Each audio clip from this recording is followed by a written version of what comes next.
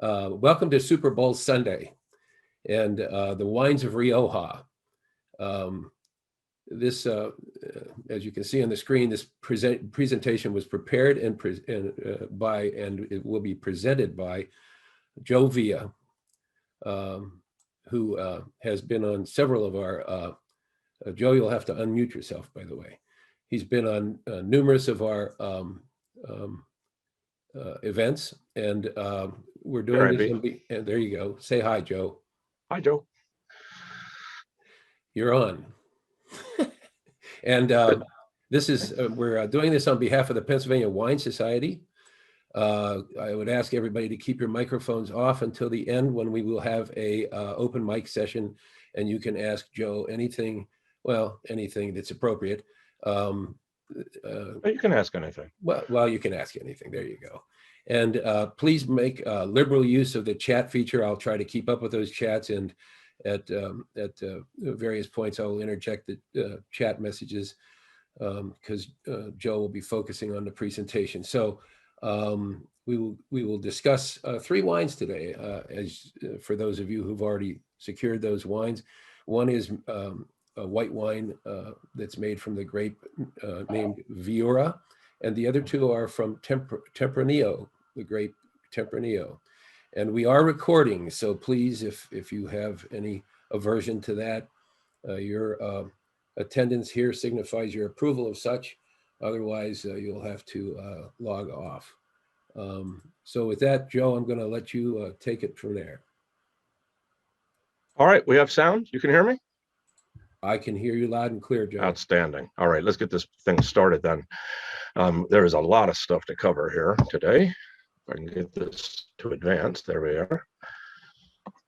Hopefully everyone has opened their wines, or looking at their wines. If you don't have all three, that's fine. But the first white wine, or the first wine, is a white wine. Has, and I just wanted to discuss real quick the closures. Has a twist cap, and I don't know how you feel about twist caps, but I'm a big fan of. And just as a general rule, if the wine is not designed to be aged, if it's designed to be consumed in the near future, it's why it has a twist cap. Don't underestimate it. It's really all it is, and it's pretty much a guarantee of freshness. Now the other two wines, if you pulled the corks, the first red wine is like a particle cork. I don't have a lot of faith in those. For the most part, it's just kind of a step up on that twist cap. I'm not too sure that the wine is really meant to age with that kind of a cork. The Contino, that's a whole other ball game. This is real cork. This is kind of what you'll find in Bordeaux.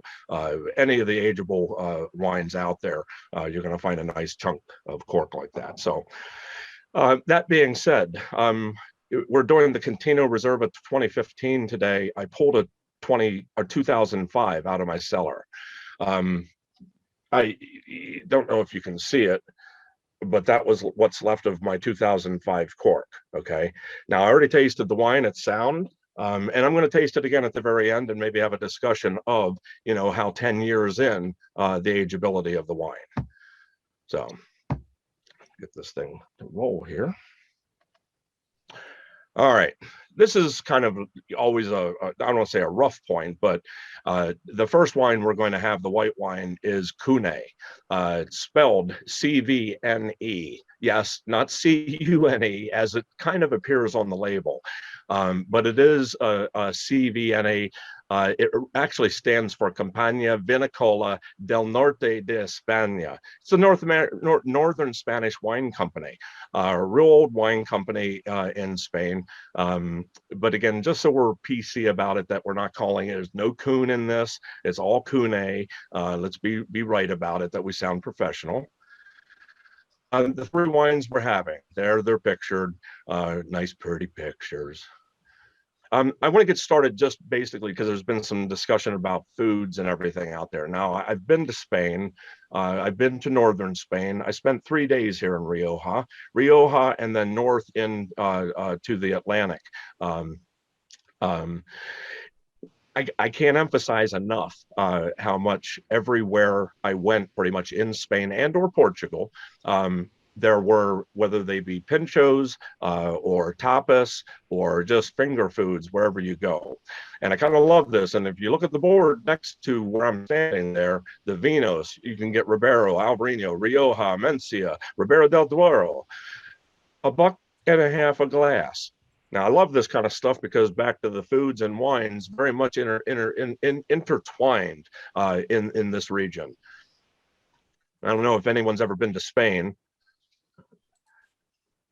Oh, Scott, you're drawing on my board. If you've ever been to Spain, should I back that up? I don't know if he's drawing there if that was for a reason. Can I go to the previous? See what he was like drawing lines toward? Sure. Oh, nope. I don't see what the lines are for. Okay. But if anyone knows, yeah, anyway, there they go. They went away. I didn't know if there was a question. There is what I'm talking about. Just pretty much every other door you would walk in pretty much has what they call these small plates, pinchos. You walk in, it's the honor system. You just tell them what flavor of wine you want. They hand you the glass. You pick up the plates you want, go find a table and have fun. You go back in and pay your $5, move on to the next place. I could do this stuff all day. I don't know if anyone knows what this is, but I find these to be highly disgusting. When they put these out, I did indeed try them, but those are baby eels. They believe in seafood in Galicia specifically. That's what where they live near the ocean, so they have eels of every particular size. The baby ones just make it on top of a crostini, and they're little baby eel eyes too. Yuck. This is more down my line here. Jamon, I don't know if you're familiar with, but if you've ever had prosciutto, this is Spanish ham. It's made from the black Iberian pig. And pretty much, again, every place you go into is going to have these big old hams hanging from the ceiling. Because what they do is whip one down, put it in the clamp, and the guy will fine and thinly shave you your jamon as need be, or as you want. This was at a winery where they took thin cut pork chops, chuletas. And what I found interesting here is he just had piles of vine cuttings. He just threw the vine cuttings in there and started the fire. So we had those over Tempranillo vines. Now that just kind of getting the food kind of thing out of the way. I just want to get into the wine now. But if anyone has this book, I can't emphasize enough. I'm a big believer in maps. Unfortunately, I just can't copy this map enough, and it's really not the most current. There are more current, but as every day goes by, it's always being updated anyway. But again, I'm a big fan of this because you can find pretty much anything we're tasting. Well, all three wineries we're having, for the most part, are going to be located here in the book and on the map. Okay, let's get started. Where are we though in the world? You know how I like to do this, just point out in the world that we're here in Spain, that little yellow country, but we're in the north of Spain, and it's kind of up on the French border.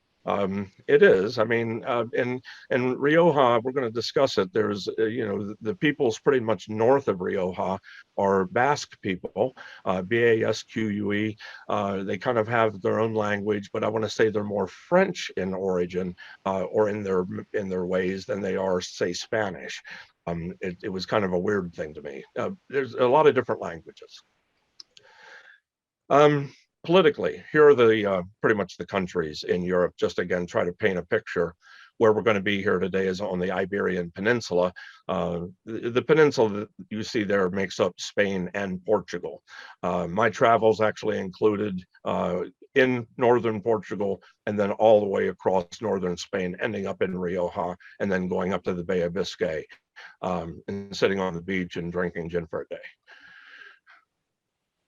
Beefeater 24. That's where I found it. All right, here's Rioja.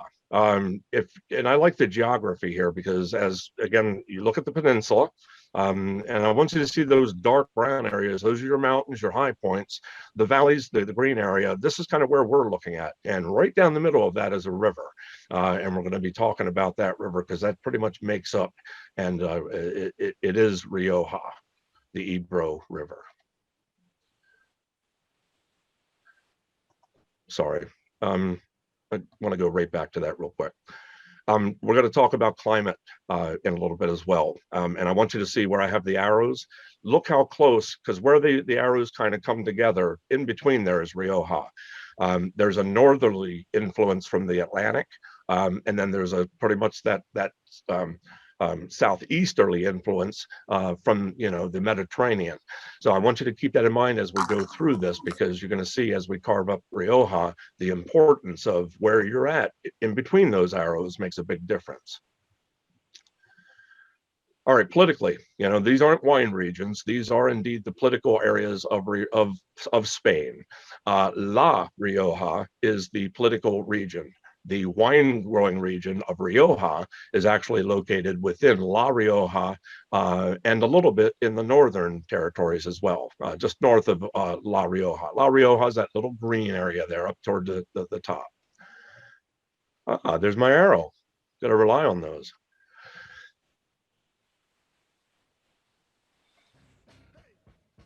I want to back that up. I went too quick. Sorry.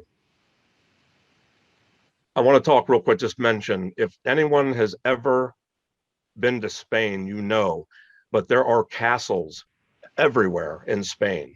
It blew my mind that you want to talk about, and only because there were so many different peoples that had occupied Spain over time, but pretty much every hilltop you go to or on, you're going to find a castle. Now this looking north, now this is up in Rioja, and we're going to talk about the regions, but this is really up north without getting into the territory here, but Sierra Cantabria mountain range. And these are pictures that I took, and we'll kind of just flow through this real quick so we can get to the meat of it all. When I was here at this winery, he had just planted these vines. This is in 2008, and he was proud of this new trellising, that was like 10, 12 feet over our heads. We were all questioning, how are you going to pick the grapes when the vines grow up there? But these are some of the innovations that were actually occurring even back then, because how they grow the grapes isn't so much written into the rule or law. Now, I want you to look in the background. Look at those, I call them like ominous clouds up there on the mountain range. Does anyone know what a rain shadow is? And I have to ask that because, like in Washington State, here in this country, the Cascades actually act as a rain shadow. You have a wet side out there in Washington, the side that's closest to the ocean. But as those clouds move in and they hit the Cascades, it's actually a desert where they grow the wines on the other side. Kind of the same thing here, guys. The mountain range here, remember I was showing you the Atlantic is north. And as these clouds and storm come down off the Atlantic, they kind of grab the mountain range and hug the mountain range like that. That's a rain shadow. And geographically, when these storms come in, this is why it's a dry area, like a microclimate here. They're not getting a full force of these storms. North of those hills, it's wet and green. South of it here in this microclimate, this is Rioja. And again, what makes this microclimate so special? There's the winery, one of the wineries I was at, and just giving you a view of old Spain. Some more of the vineyards, old Tempranillo here. And look at the dryness here. Now, this was in May, and they probably get about 3 inches of rain here in May, if that. So these vines, and there's no irrigation. These vines are struggling. If it's a dry year, it's going to be it's going to be probably a better year, less wine, but probably a more powerful wine. Now, here I go with my maps, but I just have to give you some of the background here, guys, because it's not that easy to talk about any of these countries without knowing they have thousands of years of history. They didn't get here today just overnight, but there are so many different languages and peoples in Spain. And this is kind of a carve up, just kind of a cartoon of just the breakdowns, just to give you a feel for languages and things in the different provinces of Spain. But Spain has a long, long history of wine. Kind of starting with the Phoenicians, but it was really the Carthaginians that actually introduced the vine around the Straits of Gibraltar, just around, if anyone knows where sherry is made down in the south of Spain, that's pretty much where the vine was initially introduced. But again, the Carthaginians, they say, may have introduced the vine as far north as Rioja, but it's absolutely believed that it was the Romans that, through their network of roads and transferring goods and obviously the vine, that the Romans get responsibility for a lot of the introduction in that area. The problem with, and we're looking at hundreds of years here, guys, there's too much to cover, but the Roman Empire pretty much was 200 BCE through 400. And at that time, the barbarians from the north, the Germanic barbarians, Goths, Visigoths, all the bad guys came down and pretty much through the Romans, well, the Roman Empire kind of fell after that. Barbarians occupied this area, the peninsula, for quite a few years, from 400 to 700. But the Moors, the Islamic people from Africa, pretty much crossed the Straits of Gibraltar and actually then forced the barbarians out, if you will, and now have occupied and are occupying Spain. The problem with the Moors, I don't say the problem, is that they were Islamic in the way that they don't have any belief in alcohol. As wine and everything was made here, wine and spirits were already being made here in Spain. They kind of tolerated it. From 711 to 1250, there was a toleration of the alcohol. And I believe there might have been the fact that they were starting to ship wine in the 1200s, maybe to England and some other places, that there was taxation and money to be made. So maybe there was a toleration for a reason. 1492, does that sound familiar? There is a time frame here, but mid 1400s, late 1400s, Christians retake control. And this is kind of significant because this is kind of what sets winemaking off today in Spain, kind of as we know it. But there still were a lot of problems. There's still a lot of history to go here, guys. Now, this is an interesting theory, and I showed this map a little bit ago. And if you look at those road networks there in this, there is a road there, and I point with the two arrows on there, one from Rioja in the south, and up in the north there, on the map it says Aquitania. That's Bordeaux. There was actually 200 miles between Rioja and Bordeaux. Keep that in mind, guys, because there's a big, heavy play here coming with Rioja. It's thought that when the Romans settled Bordeaux, that they may have taken some of the plant cuttings up there with them. Some think that Father Cabernet, or the one of the parents to Cabernet, may have been brought up from Spain. Now, that being said, you know how this goes. Open up 6 different books and get 6 different answers. So in the 1780s, this is significant because Bordeaux barrels were finally introduced. Now, through travel and everything, there were many things happening, but in the 1780s, Bordeaux barrels were introduced, and pretty much for one reason. It was all about shipping. It was a convenient container for them to put the wine in and ship it anywhere in the world, and it was a safe vessel. With that, though, you get a lot of oxidation, and kind of that helped develop the Spanish wine market as we know today. Also, the British market, as I said earlier, was developing. We talk about Spanish wines, specifically Rioja. Some of these wines can be very old, or I want to think, there was a like for a very old style, old oxidized style, and the British seemed to like that style of wine. Nothing wrong with that. Mid-1800s, phylloxera created a demand. I don't know if you know phylloxera. Phylloxera was that nasty little louse that pretty much that we introduced to the world, that devastated all of France vineyards first. And with that, there was a demand. Remember, I told you only 200 miles from Rioja. Well, at the same time, in mid-1800s, trains and the rail, it coincided. So as phylloxera is hitting up north, you have the rail introduced. Winemakers now are moving south to Rioja. They're making wine in Rioja now to supplement the demand and the supply that Bordeaux can't. Phylloxera in 1890 or late 1800s also hit Spain, but by this time they've been in this game for 30, 40 years. They were prepared for it. So Spain really wasn't as affected by France. But keep in mind, that 50-year span, say, the mid 1800s to late to 1900, there's a lot happening there with what came down from Bordeaux, where they couldn't make wine, and down to Rioja. And that really kicked off what we see a lot of today. And again, it was grafting that they offset this with. That's a whole other class.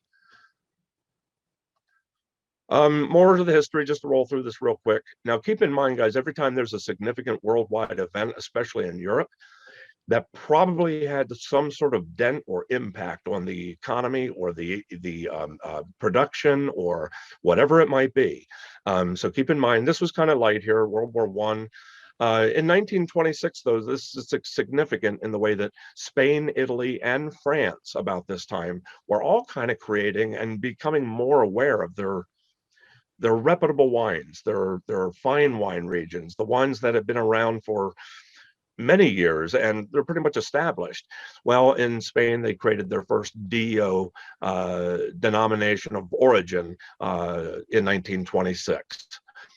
But in 1936, there was a civil war in Spain. This kind of precedes World War II. In that civil war, Francisco Franco, if you know history a little bit, he's a dictator, but he kind of took control here in 36, ruled all the way through World War II, and all the way up until late 70s, actually. The problem there again was Franco, he was a teacher. He only believed in wines. If you're going to have wine, it's for sacramental purposes only. In many ways, vineyards were just simply removed. There was no purpose for white wine. So if it was a white variety, it definitely got removed. 1945, World War II ended, and again, 1975, Franco dies. This kind of sets us into the new pace. 1978, I promise no more history. 78, the new constitution was written in Spain and sets us forward in where we're at today. So when we're talking about winemaking in Spain, we can talk about thousands of years, right? Nah, not really. Really, let's be real. Like from 1978 forward. Now they took all the things that, you know, obviously that knowledge over those thousands of years, but we're only now really seeing a lot of this stuff be implemented. In 1991, Rioja was the first area promoted to this level DOCA, denomination de origin calificada. It's a qualified designation of origin. It's telling you specifically that if you see this on a label, there are many rules and laws governing the production of that wine. Spain only has 2 DOCAs, and we'll talk about that shortly too. DOCA is a higher category than just a DO. It's the CA, that's the calificata, that's the difference. Now, I don't know if you noticed, but some may have asked, why don't they just say it's DOC? Does anyone know that? Italy.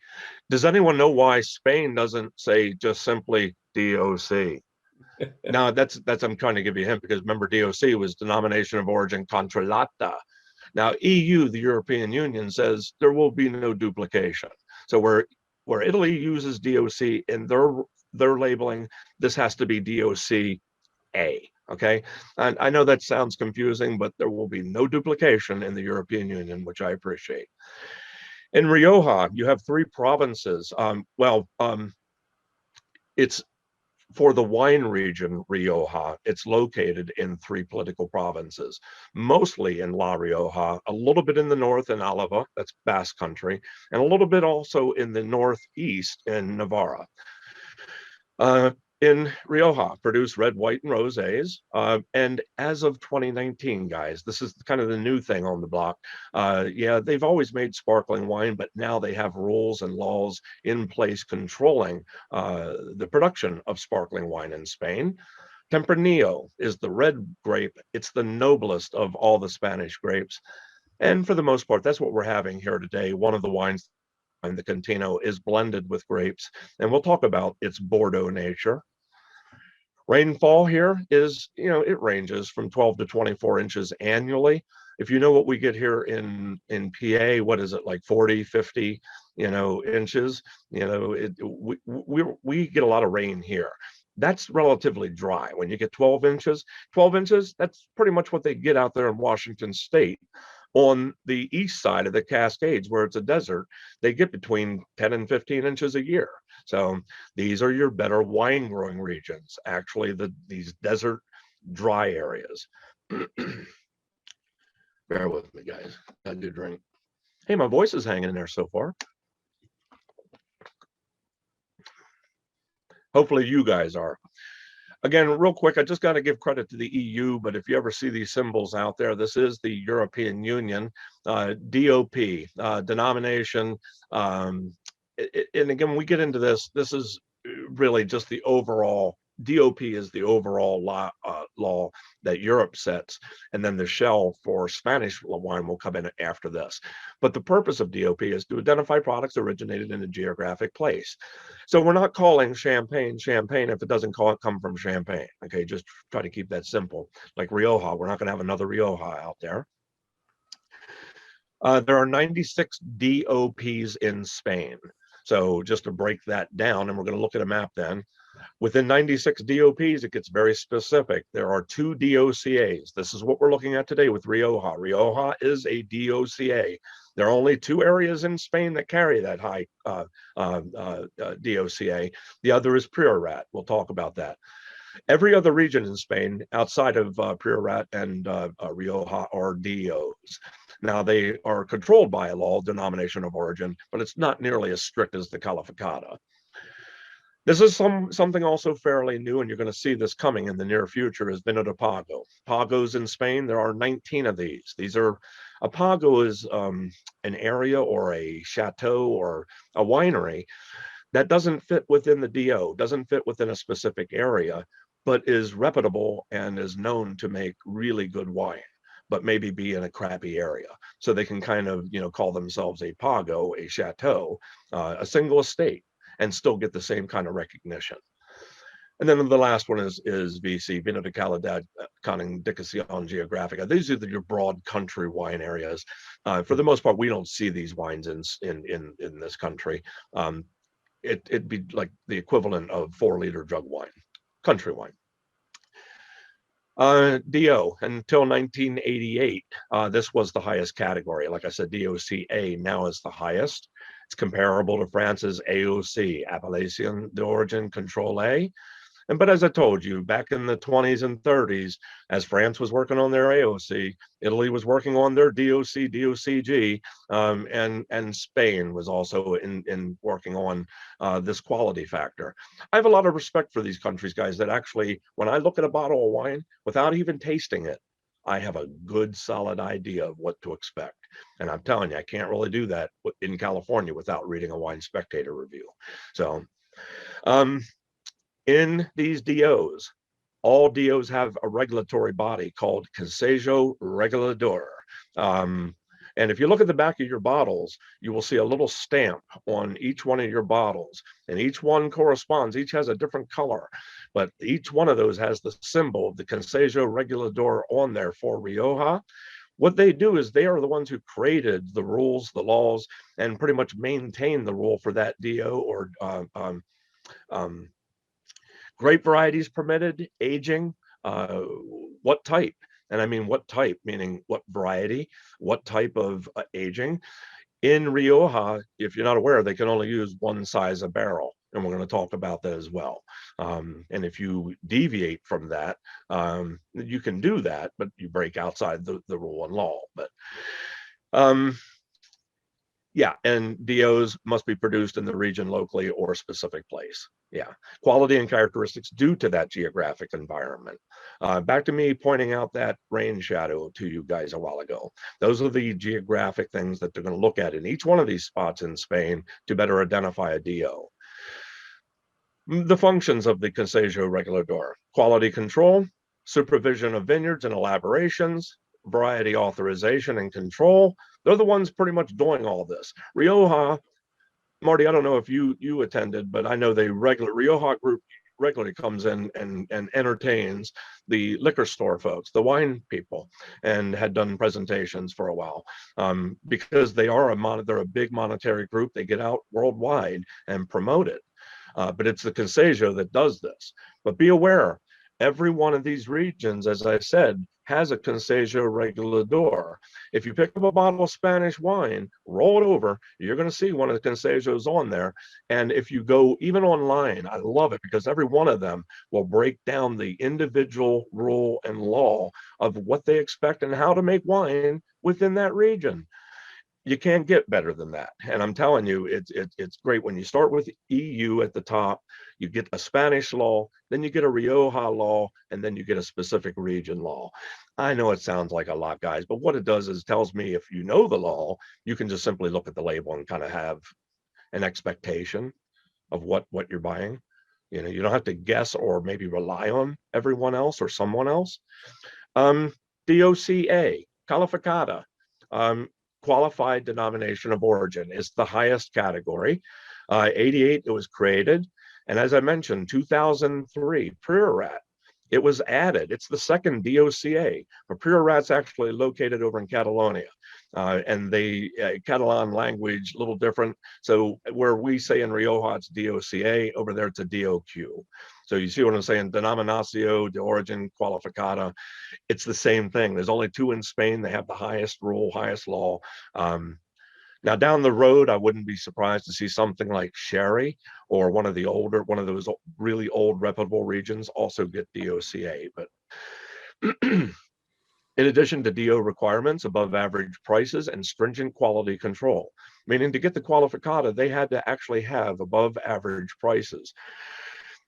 If anyone has ever studied Bordeaux and the different classifications in Bordeaux, when they classified Bordeaux originally in the different levels, when you have the first level, it was based on price. It was based on price, number one.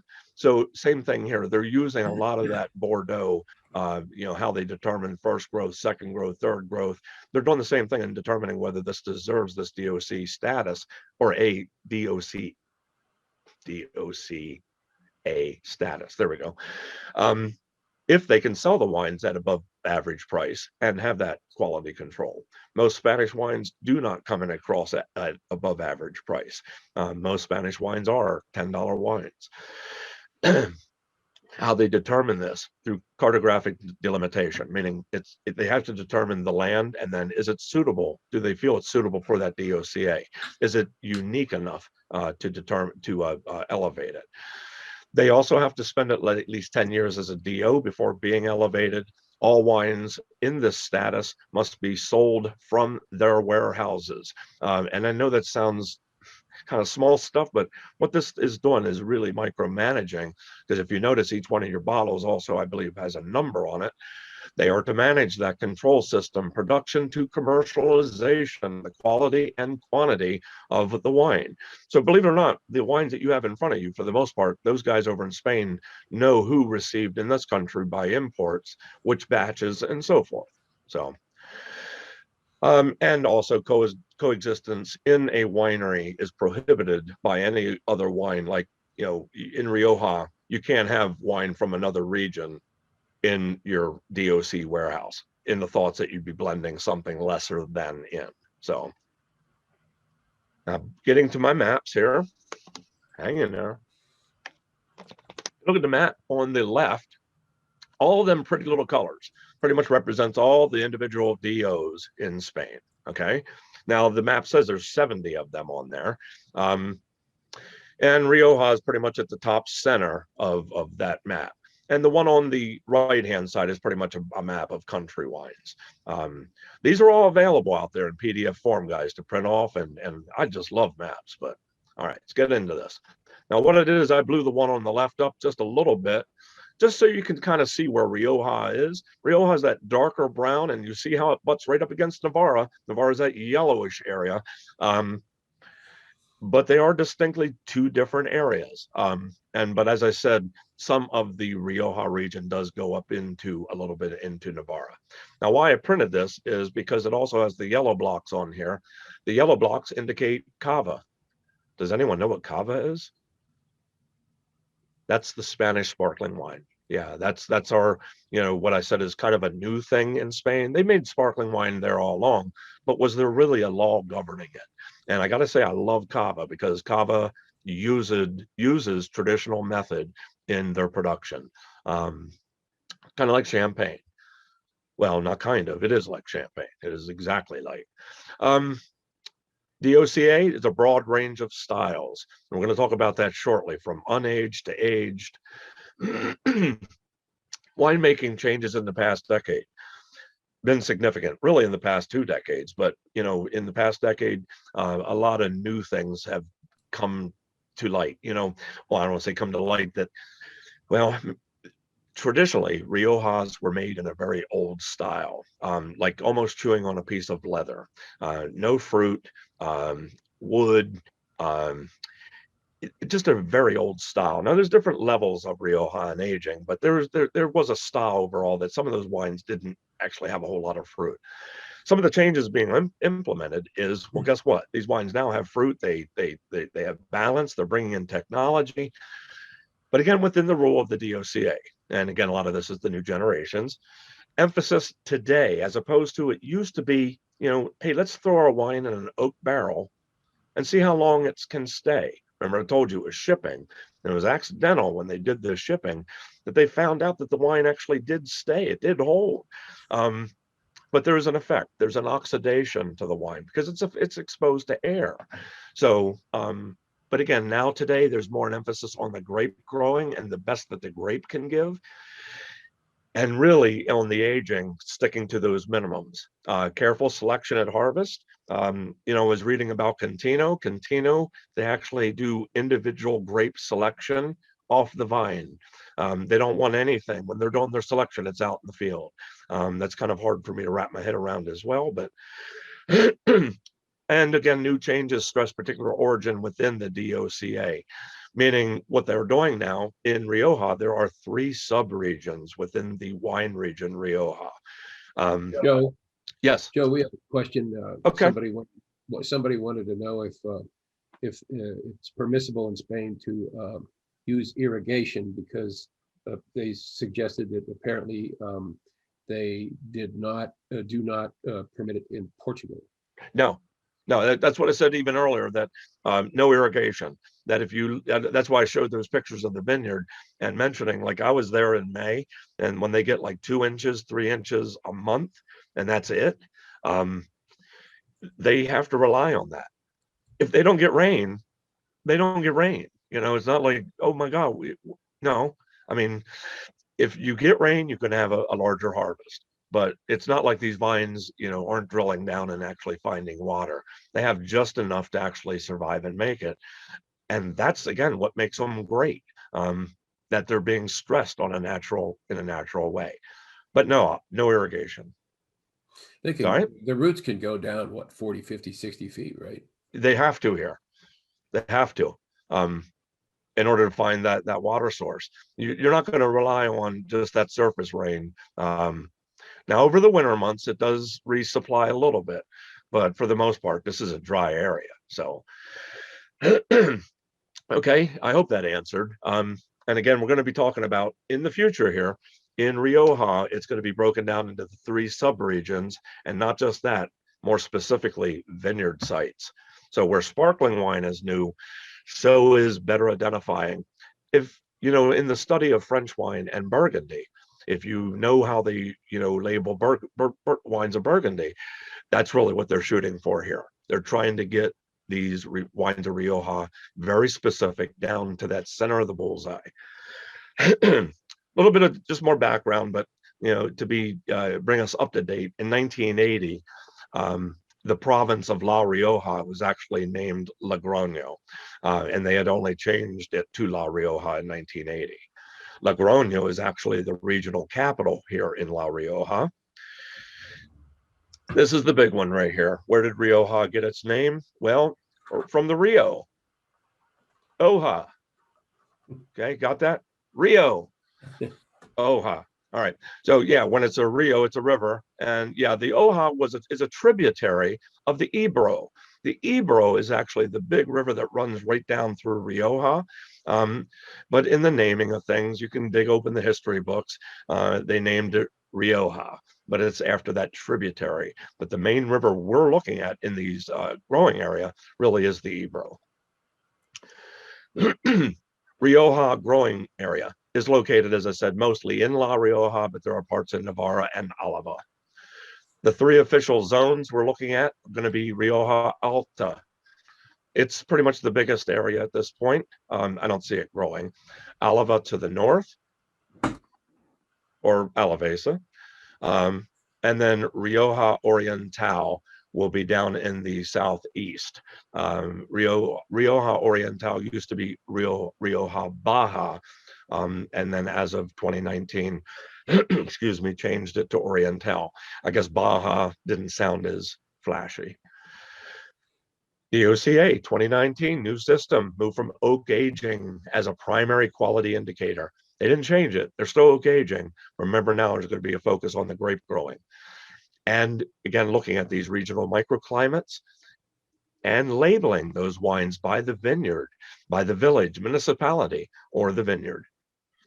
There's a shot I took from up on top. They took us to some old Roman ruins, and this is looking down on the Ebro. That's the Ebro. All right. Here's Rioja DOCA, and it's broken up into those three regions. Rioja Alta to the left, upper in that yellow, Alavesa, the red area, and then Baja down there in the purple. And that is probably your most, I want to say, they do the most volume probably in Baja. So just kind of zero in real quick. Up here in Alta, because this is really where the winemaking is done. When we're looking at Rioja, Baja's part of it, but it's mostly Grenache being grown down there. It's warmer. Up here, Alta, Alavesa, this is where your primary wineries are going to be located. Cune, our first wine we have, is from Haro. Then you have Logroño, which is the capital or the regional capital. And then up in the north, LaGuardia. This is significant in the way that Alavesa is the area I would like you guys to really focus on. Baja down below, they grow a lot of Grenache. It's warm, volume. Alta is the original area that they established in, like I said, in Haro, when they came down from Bordeaux. It's kind of an older style. Alavesa, that's Basque territory. And I want to say it's pretty much a newer world up there where they've been really pushing the envelope. They still have to follow the same rules and laws. But where in Alta, they might rely on American oak, Alavesa, they certainly had gone back to French oak. And it's a whole other ball game. Alta, remember the climate up in the north, the Atlantic, it gets an effect from that Atlantic coming off the north. Alavesa has the Sierra Cantabrian Mountains right up against its north, acts as a buffer, acts as a rain shadow.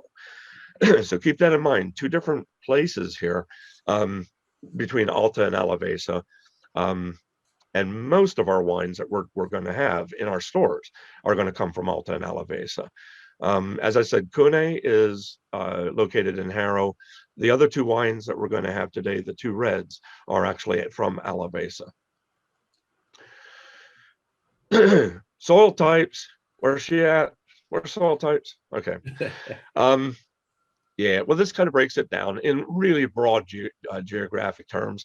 And looking up there in Alavesa, this is really where the mix is. It's down in Baja that it's pretty much all clay. Down in Baja, clay with heat equals Grenache.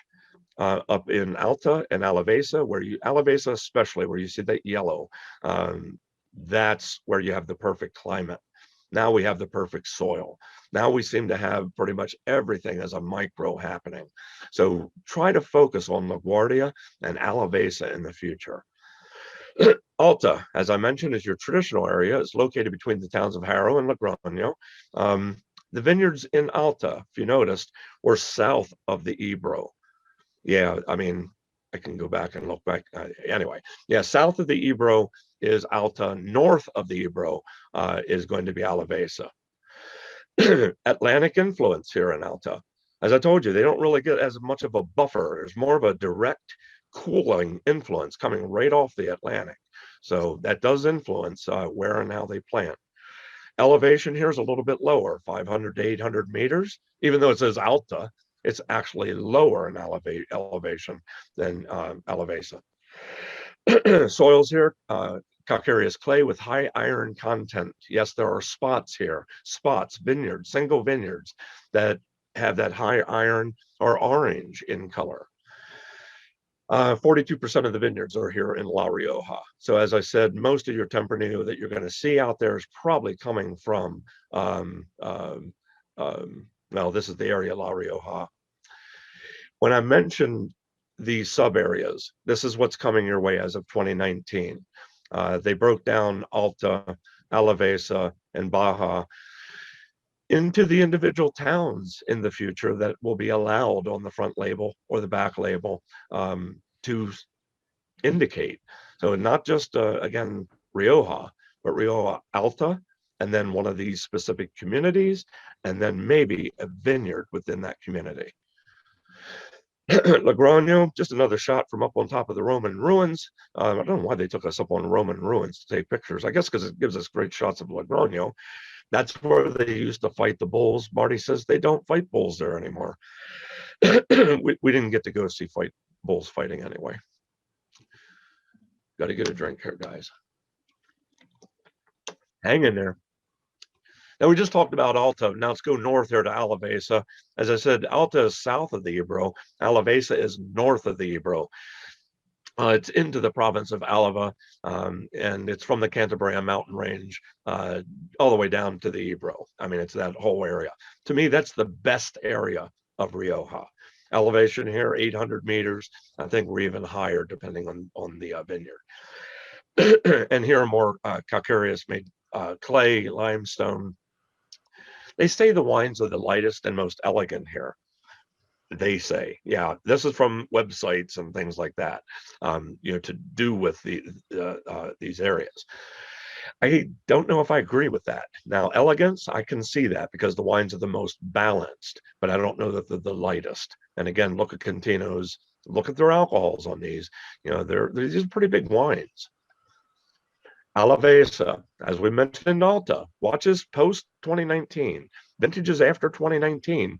You're going to see more specific, the three areas, or possibly any one of these towns, or then within the town, a single vineyard.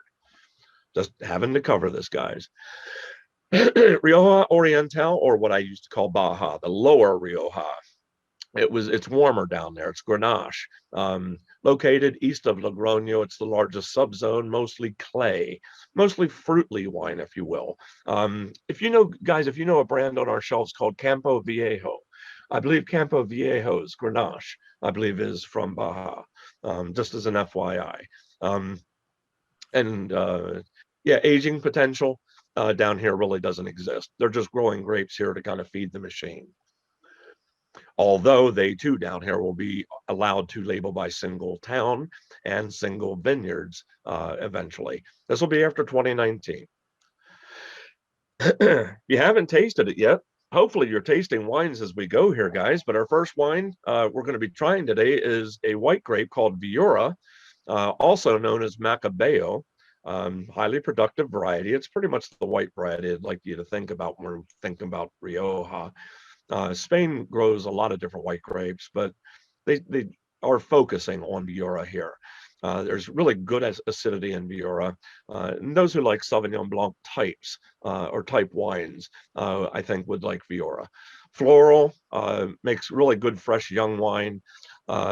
It also is used in traditional whites here, meaning they can throw Viura in an oak barrel and it come out oxidized, and it too, because of its acidity, it can hold up. It's just not my thing. I just don't like old oxidized whites.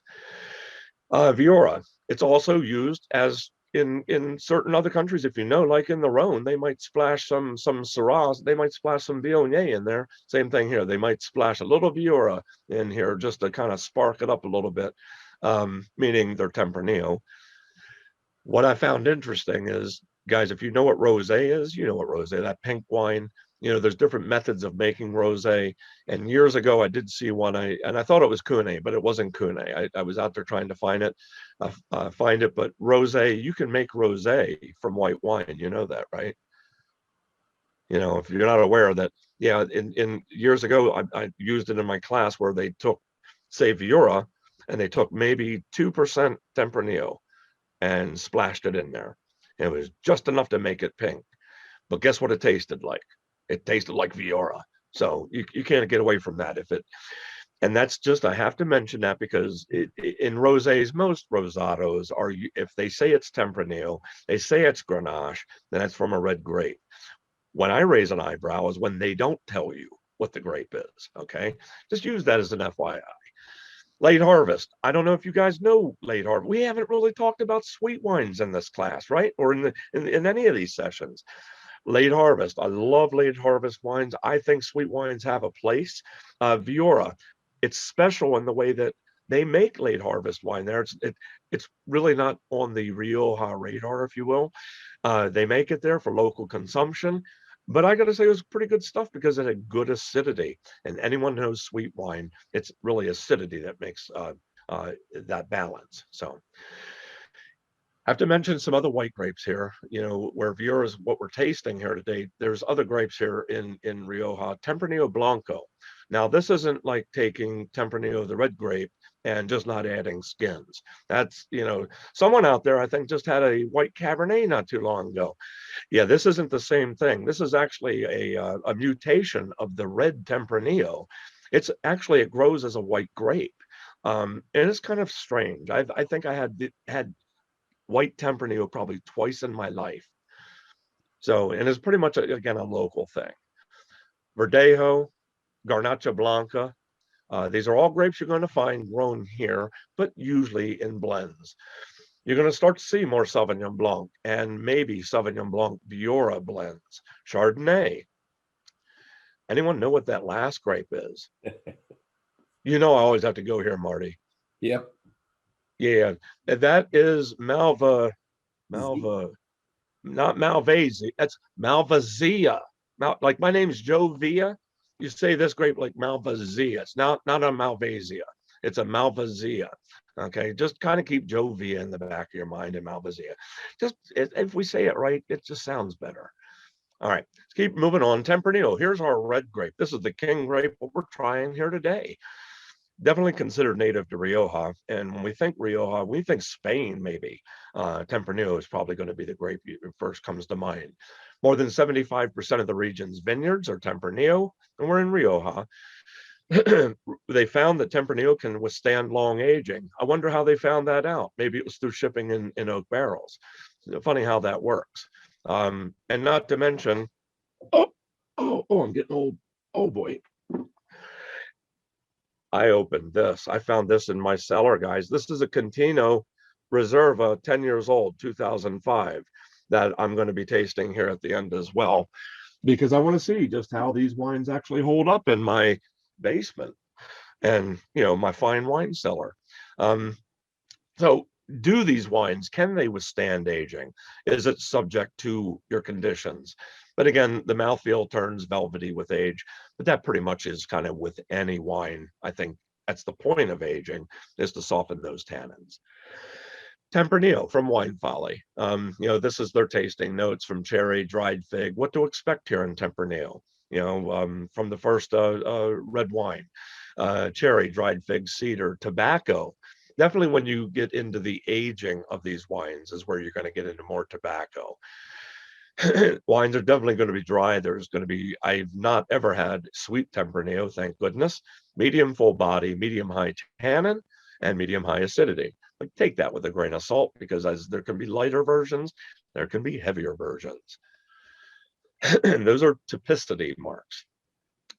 Other red varieties, Grenache. Next to Tempranillo, I love Grenache. It's a fruit bomb, and most of the Grenache is grown down there in Baja. If you know Grenache, get one. They kind of start at 14, 15% alcohol. Grenache is a very sweet grape, and it turns into alcohol very easily. I just find it for a red wine to be very drinkable, good entry level. Just slug it back. And as I said, it's a predominant variety down in Baja, adds body and aroma to Tempranillo. That quality certainly will vary depending on the climate and vineyard conditions. Is there better Grenache? Yeah, Yeah, there's going to be single vineyard Grenache. Um, Warm regions, pretty much for the reds, cooler regions for higher acidity. So think about that in Rioja, that Baja area, the lower Rioja is warmer, Mediterranean. That's Grenache. Alta, Alavesa, that's going to be your main Tempranillo. Other red varieties, but it's a different environment because of the soil and a cooler weather. You definitely have higher acidity. To the north, you also have a little bit of Rioja into Navarra. And if you ever heard of Navarra, they're famous for rosés here. So, and here again would be the land of Grenache. I have to cover this grape because I don't know why. There seems to be a lot of favor toward a grape called Graciano. Um, Graciano is a native variety here in Rioja, not widely planted, but when I was there, a lot of people were doing their own little plots of Graciano because it seemed to be like, if you're doing Rioja, I gotta have a Graciano. And after trying them, I mean, I got to say, I don't know that I ever had one that was drinkable. They were always out of whack, out of balance. Not widely planted, low yielding, late ripening, mainly in Tempranillo blends. And that's where I think it belongs because as a single variety, I think it lacks things. But when you add it to something because of it having structure, a deep color, definite acidity. The aromatics to me on Graciano were more vegetative. And again, when I say vegetative, I'm talking green. Yeah, too much of that, I don't know. Too much green tannin is not for me. And it requires clay limestone soils and a cold climate. So to grow Graciano, it has to be up in the northern parts. It's not going to be down in Baja. Other grapes to talk about, Mezuelo is Carignan, up in France, known as Carignan, mostly used in blends, same thing, high tannin, high acidity, little aromatics, complements Tempranillo for aging. Think of high tannin, high acid. So we're adding this to Tempranillo for that longevity so the wine can age. Maturana Tinta, it's pretty much a newly resurrected grape. It's native here to Rioja, deep color intensity, high anthocyanin content. Boy, me and Marty had a great discussion over that one. Anthocyanin, kind of that mouth feel, the particles, if you will, in the wine. If you can just imagine a thickness, if you will. I don't mean thick, that's not, but the weight of the particles of the flavonoids, the flavor in the wine. High acidity, medium alcohol, stands out again for typical aromas of green pepper.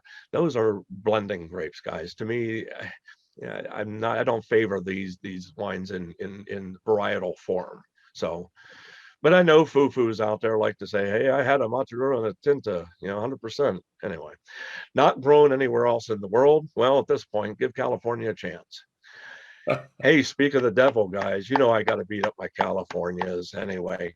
Speak of the devil, all reserve is not the same. And I say that in the way that here in Spain, reserve has a heavy meaning. California, it means nothing, honey. Look at these, California Reserve.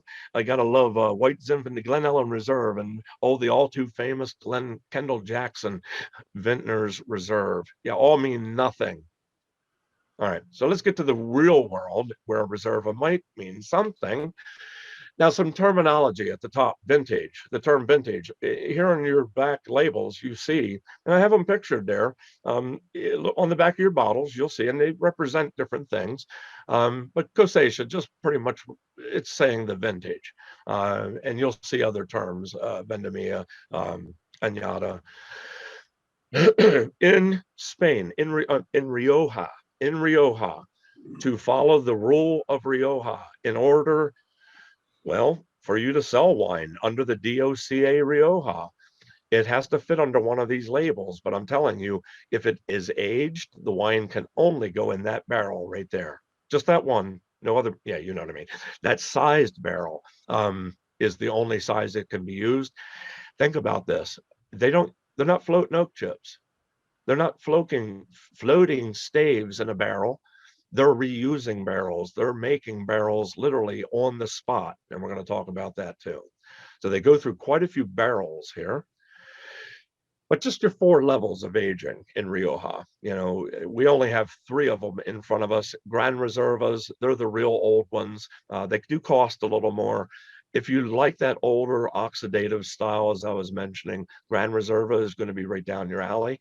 But just to look at the 4 generic Crianza, Reserva, Gran Reserva, look at the colors: green, red, kind of a darker purple, and then the blue.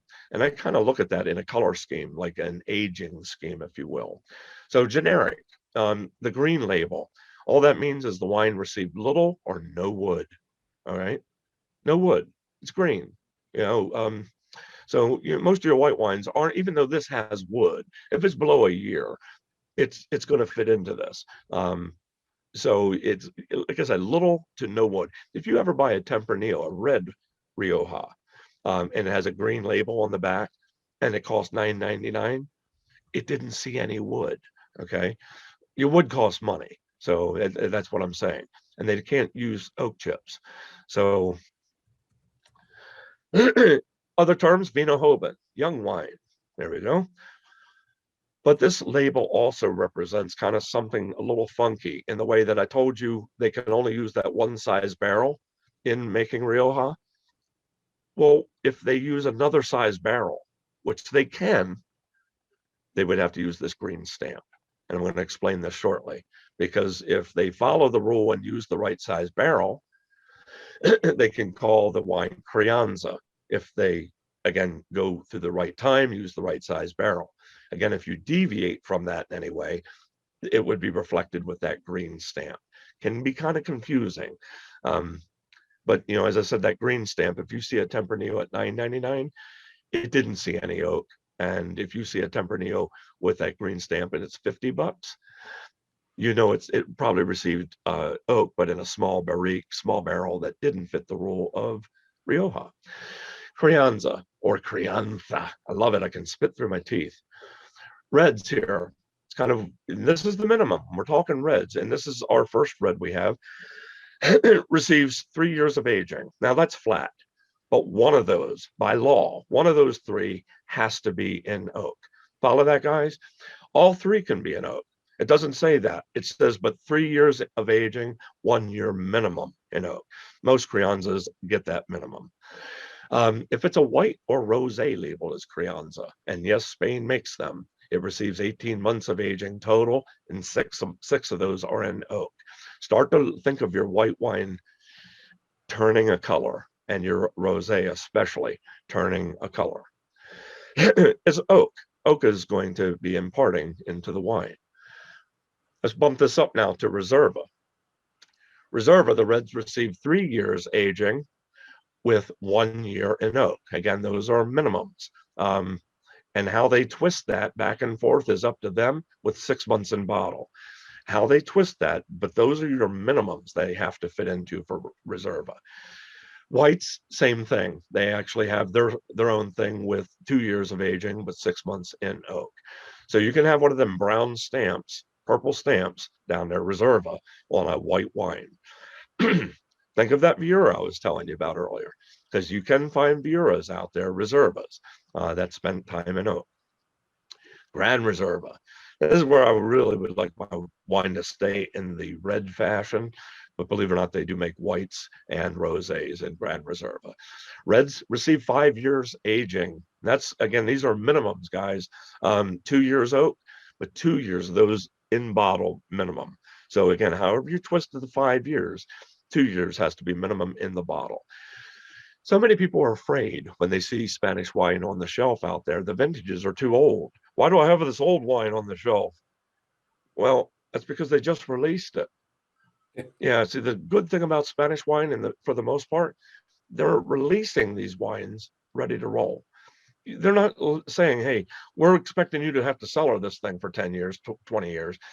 For the most part, they're saying, if you open it today on our release, you will find enjoyability. It'll be fine. Now, will it sustain and hold thereafter? Well, hopefully we'll find out. I'll find that out with Cantina a little bit later. But whites and rosés, this is where it gets kind of funky and weird. Grand Reserva is receiving all that time. Yeah, let's not even go into that. I mean, you're never going to see those wines, and if they ever did see our shelf, people would probably return them if they tried them. Here, back to 2019. I just showed you those 4 different colored labels. As of 2019 forward, down at the very bottom, in the future, you may see the area, a VZ may show up on that back label. A municipality, a VM might show up on that back label. And oh my gosh, can't believe it. A single vineyard in the future after 2019 then may show up then on that label. So kind of keep these Consejo Regulador labels in mind. They recognize aging, but in this way, they're also showing that we're going to be identifying all the way down to specific growing areas. Sparkling wines, again, new in 2019. Don't want to harp on it, but there's 3 levels.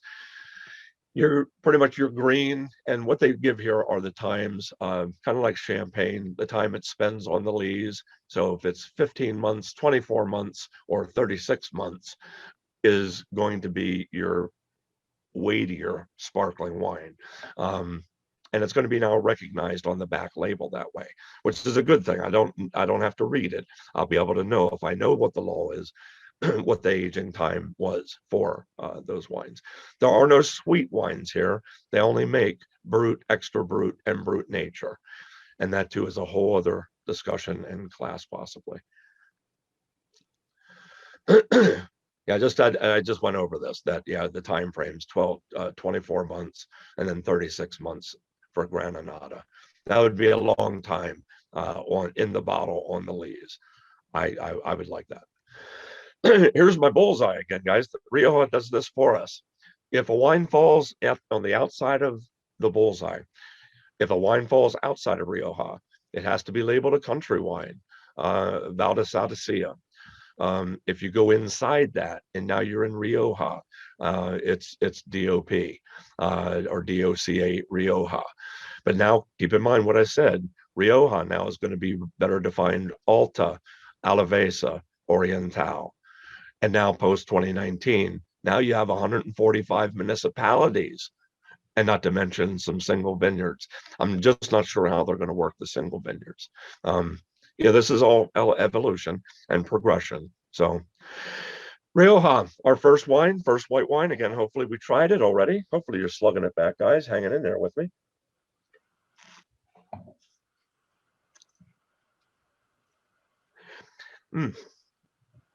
All right, well, let's keep this rolling here.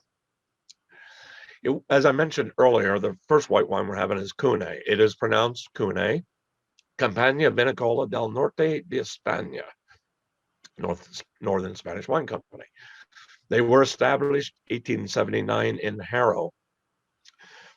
Remember earlier I mentioned to you about phylloxera hitting up in France in Bordeaux about the same time. About the same time, you had this influx of French winemakers. Now we're unemployed. We have no job. Where do we go? Well, a lot of them came down here to Spain, to Rioja, and started what we have in these old world wineries today, Cune being one of them. And it was because of phylloxera. Heavy French influence. Can't emphasize that enough here, guys. Please keep that in mind. Yes, it's Spain, Spanish varieties, but they look north for a lot of their stuff here. Cune, interesting enough, it's the big company, but there are really 3 wineries under this umbrella. And each winery has its own winemaker, its own philosophy and style. They're run separately. Cune, as the white we're having today, you see the picture there, Cune, but I put Grand Reserves up here so you can see it. And I'm throwing some of the names out there because I want people to realize when you go into our stores, you will and have been able to find these wines on our shelves and understand how they relate. But Cune is this big company that we're having here today. There's another brand called Imperial.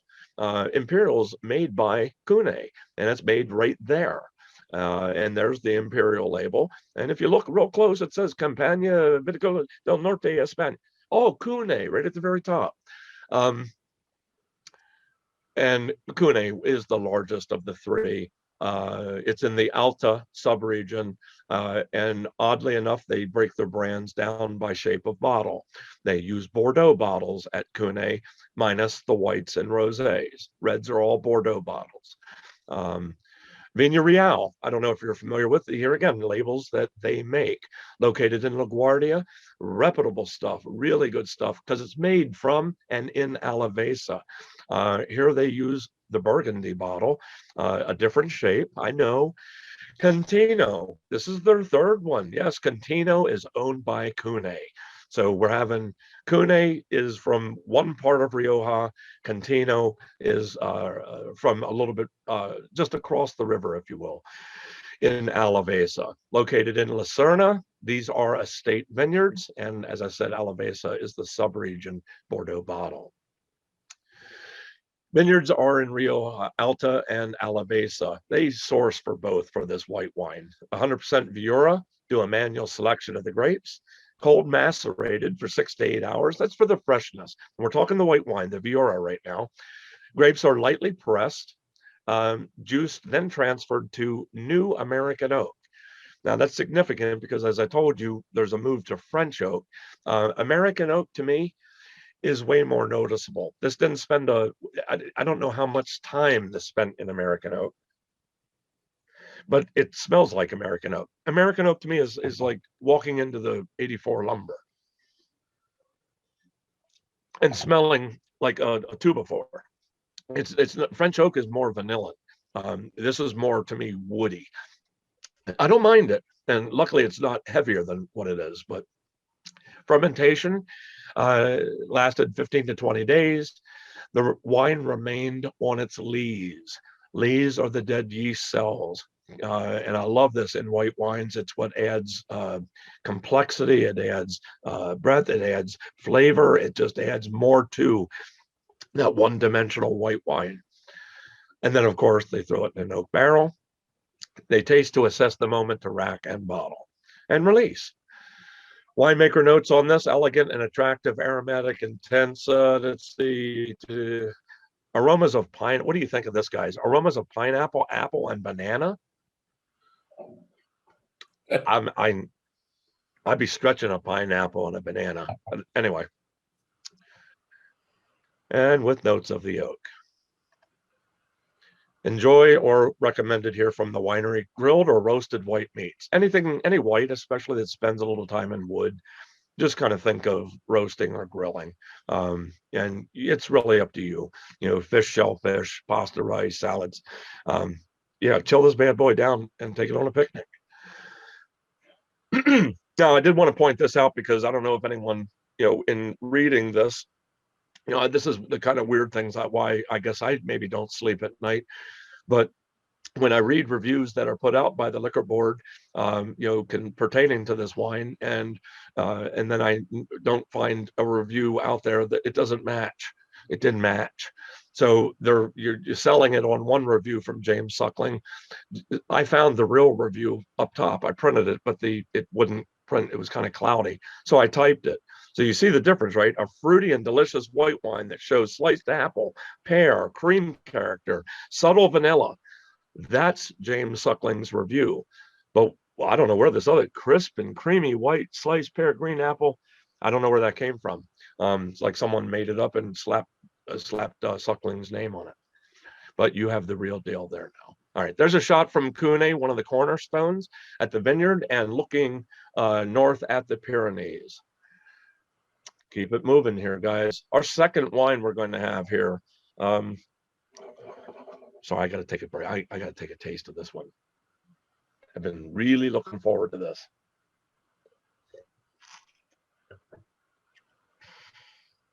Oh, ooh, ooh. Wow. Wow. Coming off that white wine, a lot of power in that. Anyway, the second wine.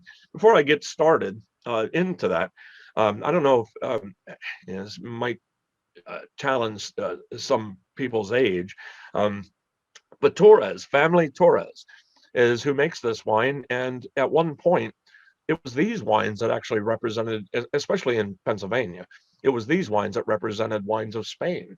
It was the Torres wines from Peneda that I first, when I was in the stores, when I sold the Coronas, the Grand Coronas, Mastaplana, which is a single vineyard of Cabernet. Those were the wines that, I was familiar with. But keep in mind that that's who's making. The family here is now making wine in Rioja, but they have a history of, getting out and spreading their wings. If you've ever seen Maramar Torres, that's, I believe, one of the daughters in California. Miguel is in Chile. So the family's out there. And I believe Miguel operates the importing arm in Florida to bring all the different family wines in. So that being said, it's just a kind of a history, the background maybe of this wine. And again, Soto de Torres, 2005, the family realized there's something to be had here in Rioja, because they weren't here yet. They were in Peneda. But here they established their winery up north in Basque Country, right in the heart of Alavesa. And this is my favorite area. High quality, unique, aging potential. Now, I don't know if anyone's had this second wine, but the second wine, the first red wine, that's now newly listed in the state. That's available as a general wine pretty much anywhere and everywhere, which I really like, because, you pick up that selection out there. And also representing this specific region of Alavesa. I just tasted this wine, and I still have it has, this isn't light and elegant.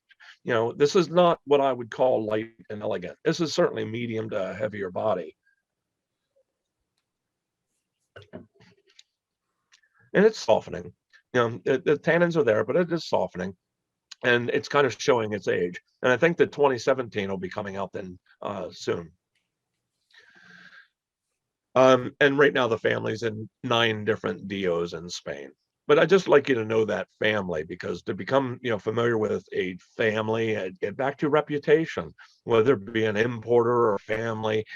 Sometimes you can put some weight into that. Know that, I have some guarantee here, unlike just buying, the critter wine of the day, rainbows and unicorns. Be familiar with these families. The wine we're having, the Altos Ibéricos, gotta love that. Altos, applying to that Alta, Ibéricos, the peninsula. Crianza tells us the age on this, right? 100% Tempranillo. Can you tell me what's wrong with this? This is literally from their information sheet. Now, I earlier gave you guys the rule of Crianza, and I know the rule of Crianza for Rioja is not this. The rule for Crianza is, I believe it was one year and 2. 1 year, I believe, in oak, and 2 in bottle, or it might be 2 years in oak, 1 in bottle. But this certainly isn't it. Here they're undercutting something. It says 12 in oak and 12 in bottle. We're missing 12 months of something somewhere, and that, I don't know if it's lost in translation. I don't know. I can't tell you. But I'm not going to pull any punches when they put these things on their data sheets. Maybe they need someone to proofread it, right, Sue? All right, let's move it on here and into just continuing. There's just a shot of some of the barrels. Can never see too many barrels, right? The winery tasting notes here: rich cherry color, aromas of berries, blackberries, blueberries, very pronounced, intense, perfect balance with roasted caramel and spicy notes. I can guarantee that caramel, that's what I'm getting in this. There was a note here on the oak or the wood, and I was going to say vanilla, but it wasn't quite hitting it. And there's a roasted caramel to this. And maybe even the flavor of that wood, just a touch. I don't mind that. I like that. Now, whether it deserves 91 points, I don't know. That's a whole other discussion. Palate is silky. Ooh, round with fine fruit. Okay, well, again, that's all subjectable. I think this wine may have a couple years ahead of it, because the tannins are still there. Aftertaste is long and spicy. Yep, have this with, well, let's move it on here. Sorry, I got lost in my thought there. Real quick, here was the review from the James Suckling on this. I'd just like to see if it lines up with what you're tasting. Purity of fruit in this red from plum, red berry, ripe strawberry. Full-bodied, firm, tight tannin. Oh yeah. Polished and soft. Lovely tension and focus. Extremely well done. I like it. Says here, try after 2020, but hard to resist now. Yeah, with some opening, this wine's just fine right now. Again, hold this. I don't know that it's going to get better. It just may soften a little bit. We don't want to lose the fruit in our Crianza.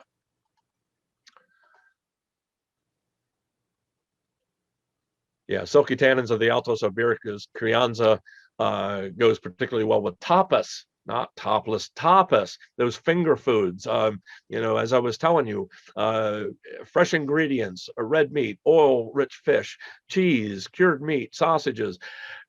Oh my gosh, chorizo. Same thing here. Gotta love those sausages. All right, keep this party going. Contino, we're almost there, guys. We're in the home stretch. There's a Super Bowl in our future, I believe. Contino Reserva. This is our last wine. Let me sneak this around here. Hang in there, guys. Hang in there.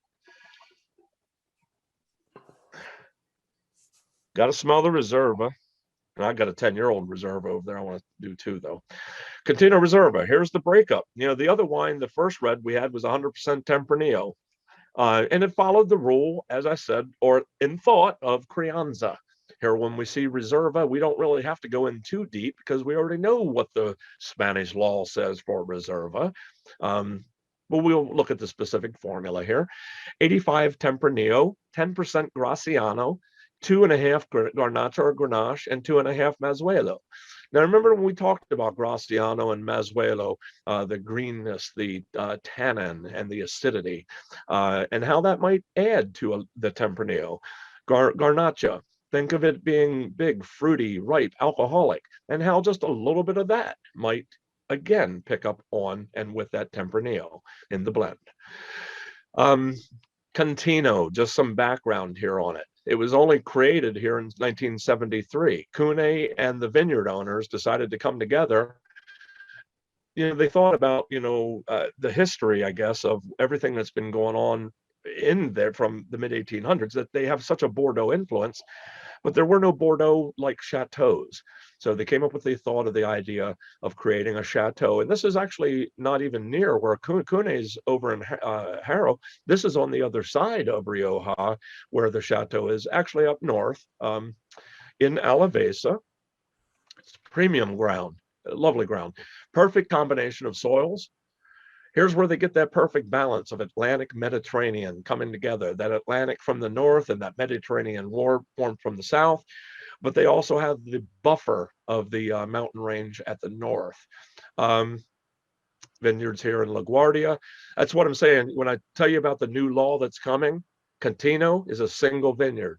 Contino, after 2019, I'm pretty sure you're going to see their vineyards, and all this is going to be listed on this wine. This is only 153 acres and is protected by a hill, the Cerro de la Mesa, and it gives the characteristic orientation of the mesoclimate, the specific microclimate that it lives in, if you will. There it is. Just the vineyard, it's a fuzzy picture, I know, but anytime you plant a vineyard on inside a hill or anything like that, it's going to act as a block, whether it be with sun, wind, and then not even mentioning what are the soil types specifically there. So everything is rocking here for this. Just a quick history of the property, how they got its name. The history of the property, it's reflected in the name. The name Contino, it really refers to an officer in charge of a guard, a corps of troops. Soldiers protected the royal family. And if you read this here, it's kind of funny that even it's thought that St. Gregory had passed through the vineyard. And if you look at the main label, your main label has, that's who's pictured on the main label. And I believe is protecting those vineyards. All right, Reserva here, hand harvested, losing my voice, destemmed. As I said, almost hand-picked berries, fermented in 12,000 liter stainless steel tanks, pretty big. Do a post-ferment maceration, 15 to 20 days. That's getting our color. Malolactic fermentation. That's to get our softness. Rack to used barrels. They don't, and when we say used barrels, again, they're not brand new for a reason that we don't want to necessarily have so much of the oak flavor imparted, but 40% American, 60% French. Notes on this one: deep ruby red in color, clear, bright, nose very expressive, fruit, expressive elegance standing out. I don't know, how are you guys agreeing with these reviews? I'd love to hear some feedback here. Is anyone saying anything, Marty? I have a comment here that says the Contino is very lush, warm, and comforting mouthfeel for that's Cindy Shingler. Jerry says, Joe, there's a bit at the end of the taste, just early on, meaning it should be aged longer. Yeah. A bite. I'm sorry, not a Yes. bite. No, I agree. I agree. That's what I kind of laugh at when some of these people say, it's ready. Even the Spanish will tell you, we release these wines and say they're drinkable. But I'm telling you, there is a longevity. These wines can actually hold. The question is, will they get any better? Like you say, there's a bite at the end, whether it be acid or tannin. The question is, if you hold that, will the fruit hold until those components come into check or into play? It's always very subjective. So, and I just want to point out to this wine, and I have to mention this, I'm not big into scores, but when you see publication scores, guys, keep in mind they award numbers. Some of the numbers they're awarding to a wine is for ageability. And when a wine hits a 90-point score and then some, it probably has ageability numbers built into that overall score. And we can even discuss that down the road, how publications do their scoring. Because when you get into this, when you see a 94 point, some of that is they're saying that wine needs to be aged. Okay, just as an FYI. So where this wine can be consumed, let it open. There's also some out here saying let it lay over. I want to emphasize the price savings on this didn't really do justice, I don't think, what we were advertising it, because Wine Enthusiast has this advertised at a closer price point of $85. If you go to Continuo's single vineyards, you can get this is a single vineyard, but there are single plots you can get here from Contino, and single variety Graciano. They make Graciano here at Contino, but Kurt used to have it over at his store in Lemoyne. It was $299.99 a bottle. And I looked today and they don't have those Contino wines on the shelf anymore. $300 a bottle for that stuff. So keep in mind, for this here, this is a deal for Contino, in my opinion, to get it at this price. And it just doesn't happen. So, but not everyone's aware of what Contino is. If you like these wines, keep in mind, these are other readily available Riojas, El Coto, Marquis de Cacer, and Marquis de Riscal. These are all reputable, old wineries here in Rioja that watch them go on sale, 12 bucks. You can't beat it. Some cheeses just to consider: Manchego. You can't go anywhere without having Manchego. And I pointed these three out because they seem to be readily available at the Weiss or the Giants in our area: Mahon and Cabriolet, which is kind of a blue cheese. But these are three really kind of a spectrum, if you will, mostly sheep cheeses, if you will. We're going to be finishing here, but I wanted to mention, as barrels are so important here in Rioja, I can't mention the importance of just understanding they're not shipping loads of barrels from the States or from France. They literally ship the oak, the raw lumber, to these places. And they have coopers. This is at La Rioja Alta. It's a neighbor of Cune. They're very old world. They ship the oak over in pallets like this. They leave it sit outside the winery to aerate, to season, because if you know what new oak is, it's sappy and really woody. Here they're letting it season, aerate, and when they're ready, then they bring these staves in, those boards in, and actually create the barrel. And the cooper will cut, bind, and toast according to the winemaker, what they're trying to impart in the flavor of that wine. So just to kind of give you an idea, yeah, they give us a complete tour of barrel making as well. Guys, I didn't even watch the clock, but I don't think I have any more. Well, Joe, you hit it right. Boy, that's a hell of an ending, isn't it? you hit it right on the nose. You said an hour and a half, and it's an hour and a half. All right. So, Excellent. you know, at this point,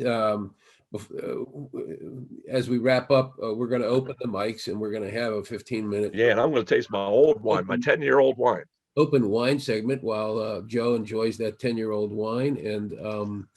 And I want to also remind everybody that this was presented on behalf of the Pennsylvania Wine Society.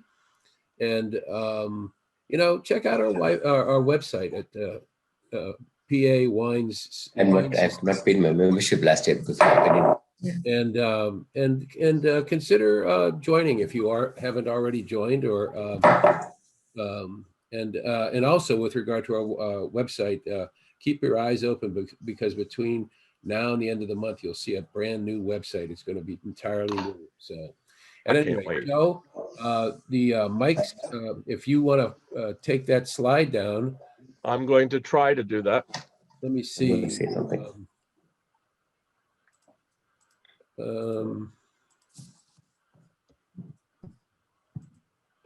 There you go. Now you can see everybody. Hey, is everyone all right?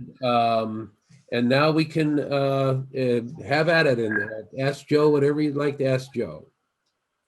Now's when it gets quiet. Hi, everybody. This is Krish. Thank you, Marty, for organizing this, and thank you, Joe. That was really very nice, very, very instructive. Learned a lot about Spanish wine, and really loved the the preamble about the geography and the history. That was really nice. So sorry, the lighting's not what it should be, but really enjoyed that. Yeah, I was commenting that the second wine, the Altos Ibericos, we just happened to have some aged cheddar on hand with a Gruyere blend, and it paired perfectly. And there was a comment that cheese doesn't pair, so cheese can sort of block make every wine taste good, and that's probably true. But the winemaker's adage is buy on bread, sell on cheese. And so, but it really does pair well. And this last one, the Contino, that's lovely. That's really, as you said, it's an absolute steal for that price. So thank you so much.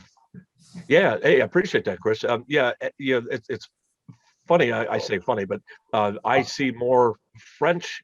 Even if I was to taste these wines blindly, I might have to think really hard on that Contino. What I'm tasting there, because there's a huge difference between the two wines, between the two reds. Yeah, I'm tasting the old wine right now. It still has lots of tannin. The fruit has subsided a little bit, but I gotta say, it's just 10 years old. It's just a notch down off of this 2015 we're having today. So safely, I could have held this 2005 for probably another 5 years, or over the next 5 years, and still be safe. The problem is when I pulled this, hold on, guys. As I said, the problem when you pull the cork on a 10-year-old wine is you could have that happen. But I can get a bad cork out. I can take the littlest of piece out. As long as it doesn't go down in the wine, I'm good. I can still get it out. It's the problem that if it's dry, it's going to snap in two. And this is the problem of our cellaring conditions. And what I said, how long do you really logically want to hold a wine before it breaks down and you lose it? So I'm kind of glad I opened this because it still has a little bit of life ahead of it, but I wonder how long that cork would have lasted. You see what I'm saying? By the way, Joe, we have a lot of thank yous coming in on the chat. Appreciate your expertise. Well done. Fabulous presentation. Excellent presentation. We love the wines. And from Orange County Wine Society out in Southern California, several people were online with us today from there. And Orange County. Oh yeah, that's where Social Distortion's from. All right, rock on. and other people said thank you for inviting us. Hey, I resemble that remark. And there's one of them. All righty. So, and also, I think we actually have somebody viewing today from British Columbia, Canada, and we also have people viewing from New Mexico and from. Well, welcome everyone. The one thing in all my anything I do with wine, all I ask is, I hope you walk away with maybe just one little tidbit from today, to put Spanish wines on your radar, and to be a little bit better familiar with, and not to be so intimidated by the wine foo-foos out there. Really, these systems are in place. They're trying to actually make it easier on the consumer, not make it more difficult. So. Any other questions for Joe? Kevin, you have anything to tell him about California wines? Oh, uh-oh. I'm looking for Kevin. We always there love he is. There's Kevin. wine. Uh-oh. I see barrels in back of him. Yeah, I'm an amateur winemaker myself. So we always enjoy the California wines and our fabulous grape growing environment out here. Sure. All the way from California to Portland, to Oregon, to Washington State. The Pacific Coast wines are fabulous. Even down into Mexico, Guadalupe Valley in Mexico also. Yep. Mentioning Various Baja. Yeah. So well, thanks for guys for a great seminar. You're welcome. Yeah. Thanks for See you next time. So, Joe, this is I have a question. This is probably a topic for a whole other conversation. But what's your take on these designations and everything that you were going over, and their potential effect on the ability of new wineries to be established and actually, build a reputation for good wine when it can take decades and decades to actually be able to put on labels? well, if you see my presentation, one of the wineries I was at was a winery called Medrano Irazu. When was the last? Have you heard of Medrano Irazu? Yeah, no, and that's the whole point. That if you have money and you have backing, you probably are going to get more international success and distribution. The small guys, I was fortunate. I got to visit. I got to see some of these small guys doing really great things. But I was a buyer here for Pennsylvania, and I can tell you, if I was to put that no name on the shelf in Pennsylvania, it was a closeout waiting to happen. It's very unfortunate, because if you don't get a Wine Spectator 91 right off the bat, get advertising in Wine Enthusiast, get some sort of special discounts and pricing, why is anyone going to buy your wine? And that's really, it's frustrating to a lot of those guys, because I represented the LCB and went over there, and they thought they were making $1 million because they just had me in their backyard. No, it's not that easy, man. I got to be able to put stuff on the shelf and sell it, and it doesn't always equate to $1. So there's so much more into marketing, and it's almost a hand sell, if you will. There's a lot of great wine, but yeah, there's a big problem in how they connect that new face, if you will, to. It's really going to be the big companies doing that. And maybe why I'm telling you to watch the areas, kind of like the second one we had there, the Ibericos. That's kind of pushing that new wave, if you will, maybe getting away from the older style. That's the best I can tell you. And here again, because it's Torres, they got distribution, so they're in every country, So yeah, we've had Riojas on our shelf that they come and go. There's one just in particular. If anyone goes into our wine specialty stores, the fine wine at the what do we call them stores today? I believe we call them fine wine and good spirits. Is that no? What do you? Is it? No, it's more than that, right, Marty? Your store. Collection? Yeah, premium collection. There's a winery I went to in 2008 called Andalan. And if you go into some of those stores today, you'll see 3-liter bottles of Andalan still standing there. So I'm kind of making a point. Those wines really didn't sell that well. I could pull an Andalan out of my rack over here. But here's another brand that they were trying to make a go of it. I did my part. I did all I could to get a brand created, to get it into people's hands. And it was like, here, their Graciano, for instance, was under $20.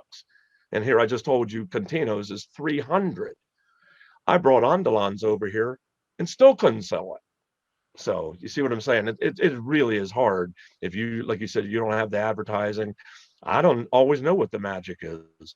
I've seen a lot of brands come and go over the years. And again, that's why I pointed out the Torres thing, because I think this might, even though I think they could have done better with the selection of that red label, it is what it is, but it'll be here because it has that backing. long-winded answer. Sorry. Thank you. Anyone else?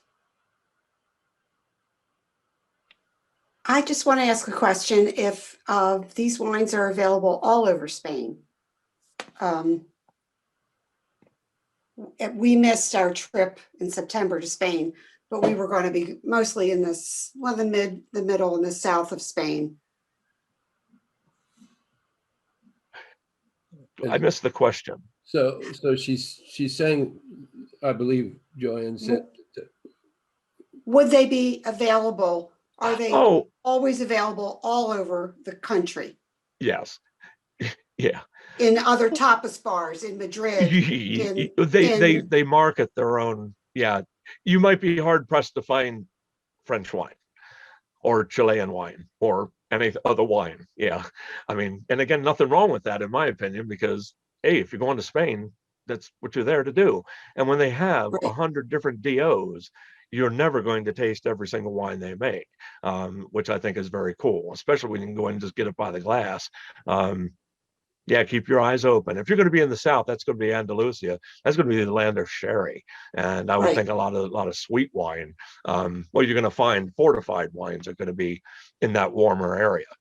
But I'd still imagine they're bringing, it's Spain. They're trying to market Spain. I told you the places I went into, they weren't just marketing Rioja.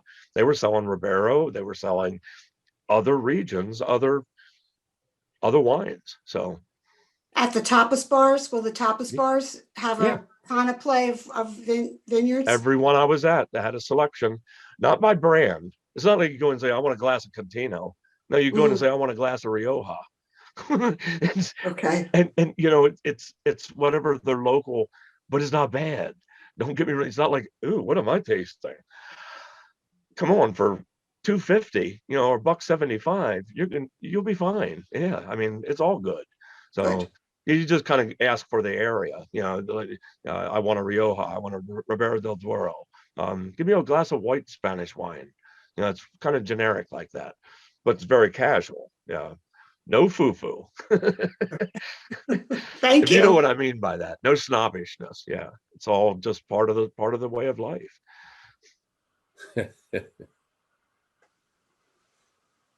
anyone else? I see Averill's hand.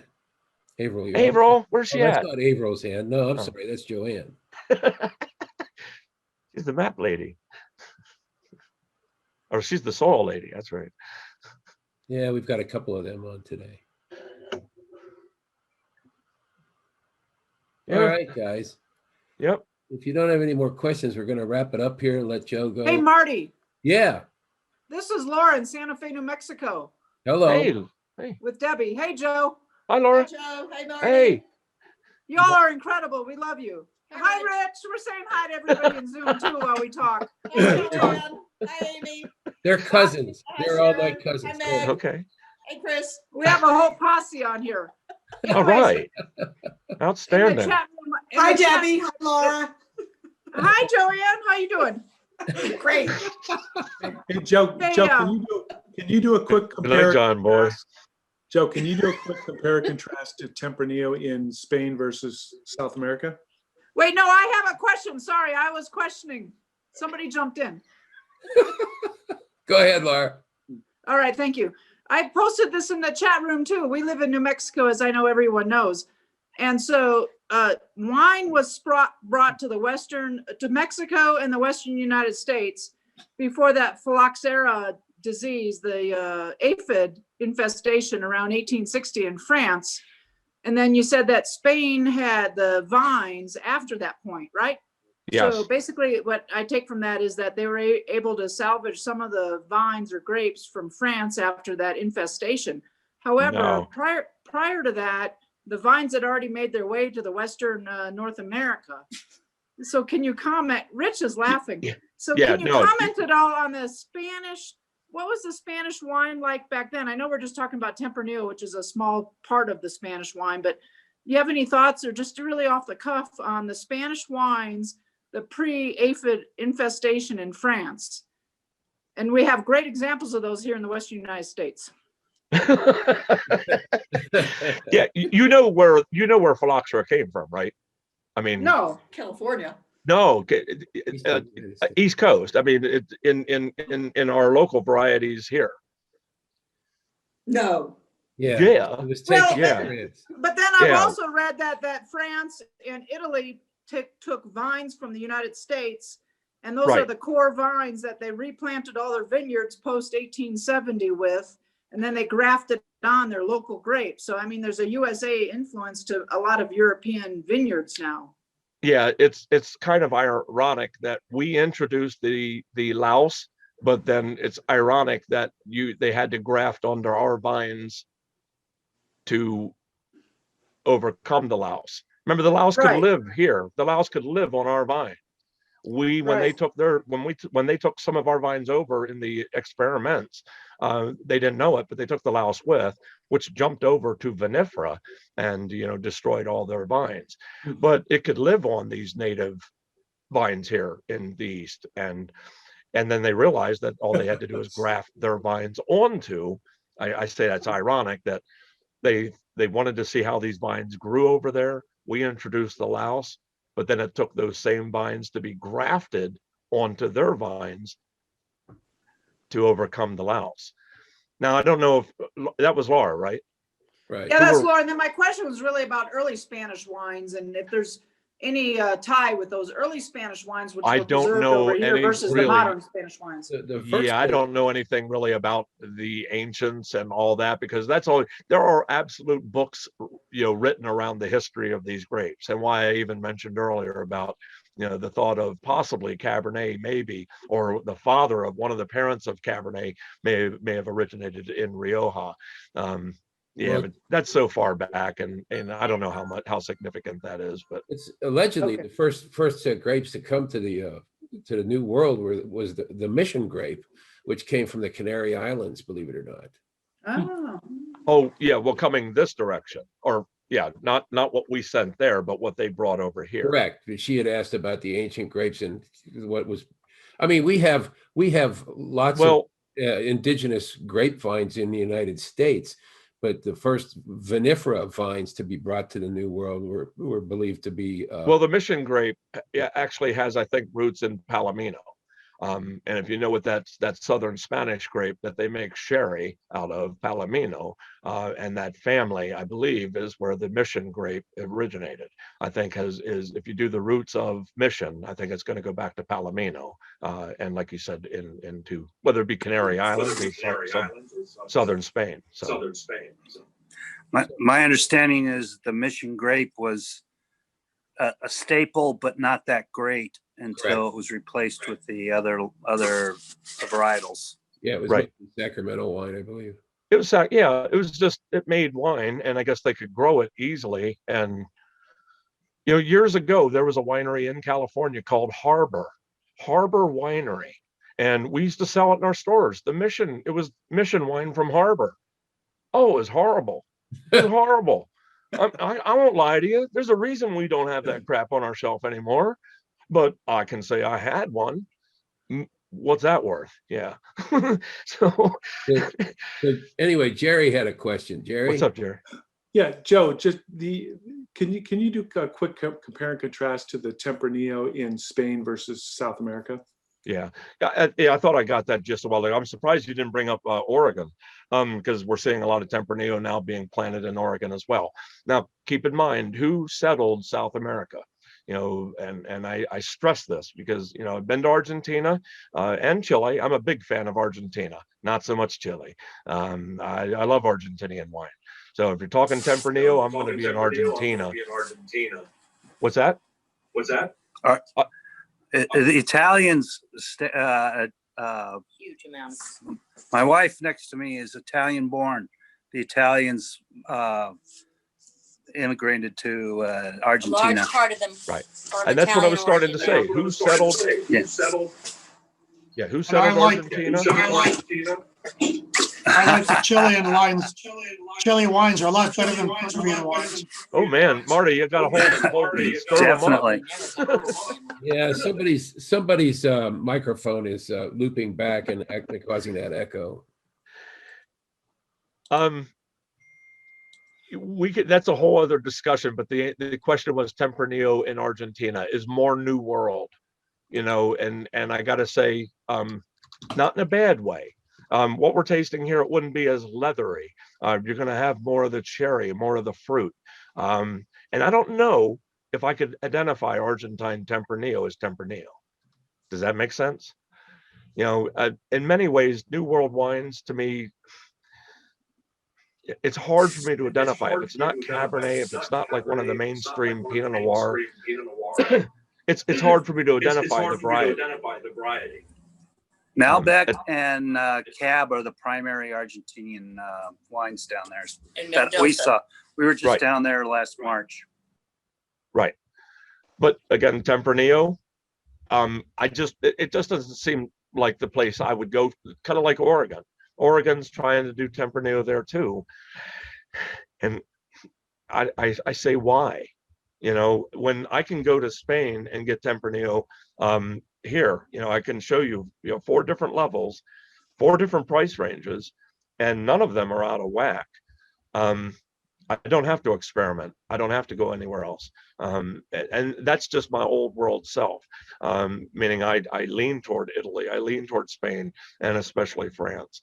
I say, if you know those wines, you don't need anything else. I do understand there's money to be made in a market out there, and it's not bad wine. I'm just traditional in the way that when I have a choice, I'm going to go where I can, I don't have to spend a ton of money and still get what it was really intended to be. It's not like Spanish wine's expensive. No, exactly. No, exactly. It's still very affordable, especially if you get Crianzas are like, you shouldn't be no more than $15.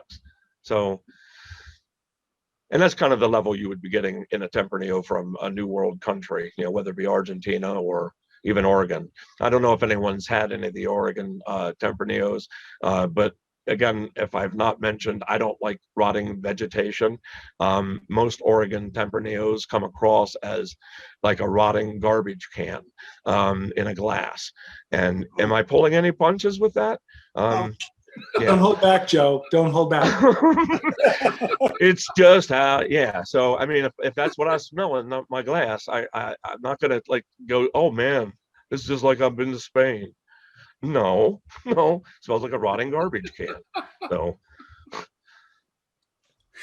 that being said, yeah, I might have my opinions, but that's also what I think everyone should have. When I started out wine tasting, it was that wine foo-foo. Really? That's how you feel? Guess what? Yeah, that's how I feel. And I wish everyone else would kind of learn to taste wine and be confident in what you're tasting, good or bad. I never promised you a rose garden, and every one of these wines is going to be different to each one of us. So, it's interesting to have the discussion, but there's no right or wrong in it. So, just my opinion. All right, so let's have some harbor wine. Hey, Jim Lang, I appreciate your note. Thank you. Appreciate your presentation, Joe. You motivated me, sir. Thank you. I didn't respond, but yeah, I read you.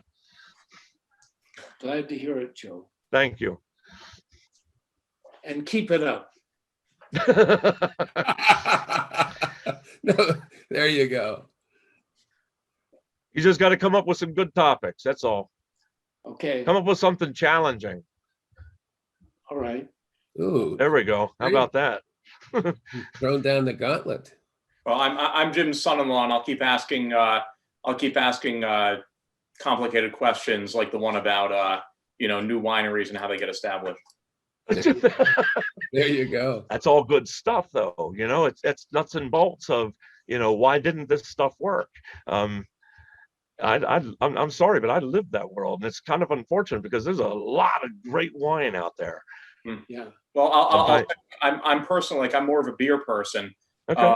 And it's fascinating in and of itself just to watch the beer industry in the central Pennsylvania area alone just sort of establish itself over the last 5 years, and seeing how different breweries are even getting established and getting distribution and really kind of finding buy-in with the beer sellers in the area. yeah, we have a great little bottle shop here, and I wonder, of all them brands that are coming in, some work, some don't. Hmm.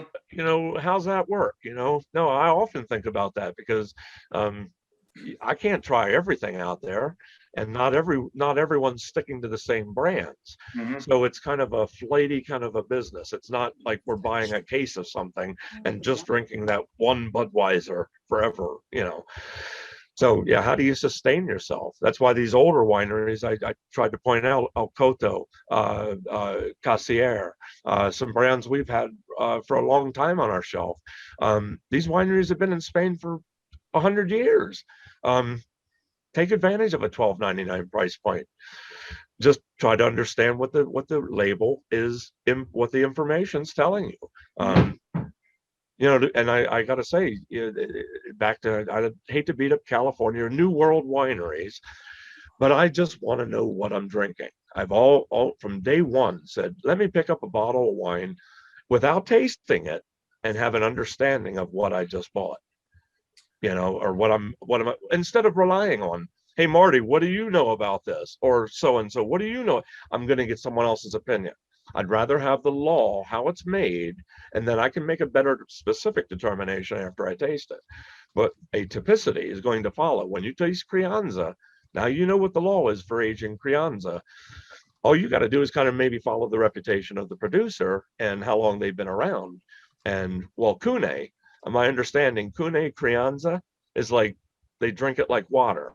You know, that's the beverage of, that is the Crianza of choice in Spain. So, because they make so much of it. So Yeah, someone was asking earlier, traveling to other parts of Spain, you're going to find these wines. yeah, that just kind of goes into the whole New World attitude of what if you age it differently? What if you do it differently? What can you get that's different? What can you get that's good or interesting? Yeah, and you know, it's funny how I don't understand why everyone has to challenge. I guess I'm getting older in the way that I get to the point where I'm really done experimenting.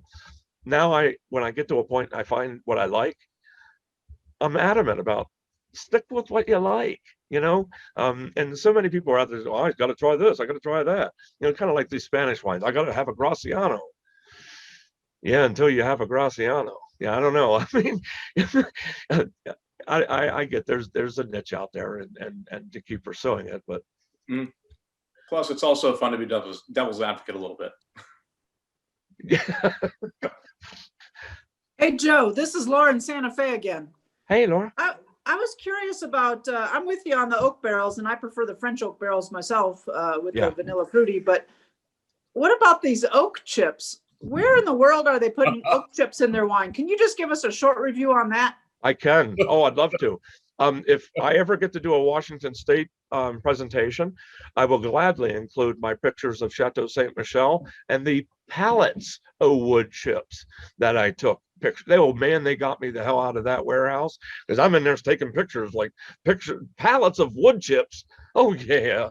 Oh, they have barrel rooms. Don't get me wrong, but yeah, like their basic wines at Saint Michel. Oh, they're floating oak chips, a whole lot of oak chips. New World countries can do that. New World countries in many ways don't have laws governing or controlling that.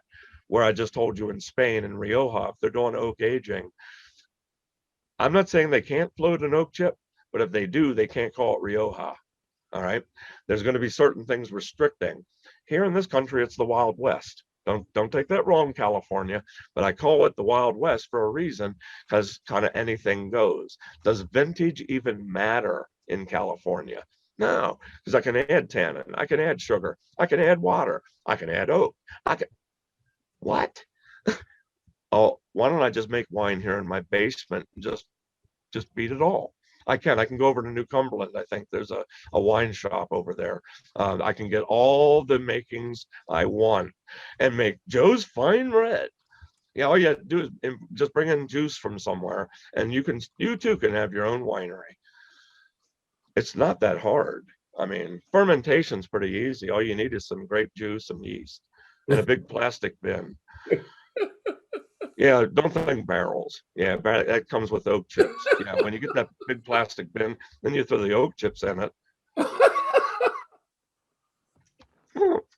Oh, somebody got him. Now you made me spit my water. So, anyway, Excellent comment. Joe, So we have what are we doing next, Joe? We got to come up with some stuff. how about Canadian wines? Well, there's I did there's have- always go- there's I was always an gonna- issue with whatever category you come up with is availability. I used to be the buyer, one of the buyers in for the state. They sent me to Canada. Unfortunately, they would not send me to British Columbia where I wanted to go. They sent me to Ontario. There are grapes up there that can work and do work. It's a cooler climate, Gamay, Pinot Noir, Riesling, think cooler climate. British Columbia, I'm more Riesling, and especially your ice wines. That seems to be where our big market is down here. I'd prefer British Columbia over Ontario any day. In that. Problem is, we don't have any Canadian wines to taste. So we might have one or two ice wines, but coming up, one of the most challenging seminars I ever gave was on sherry, fortified wine. I'll bet. If you're not aware, there are like 12 or 15 different types of sherries.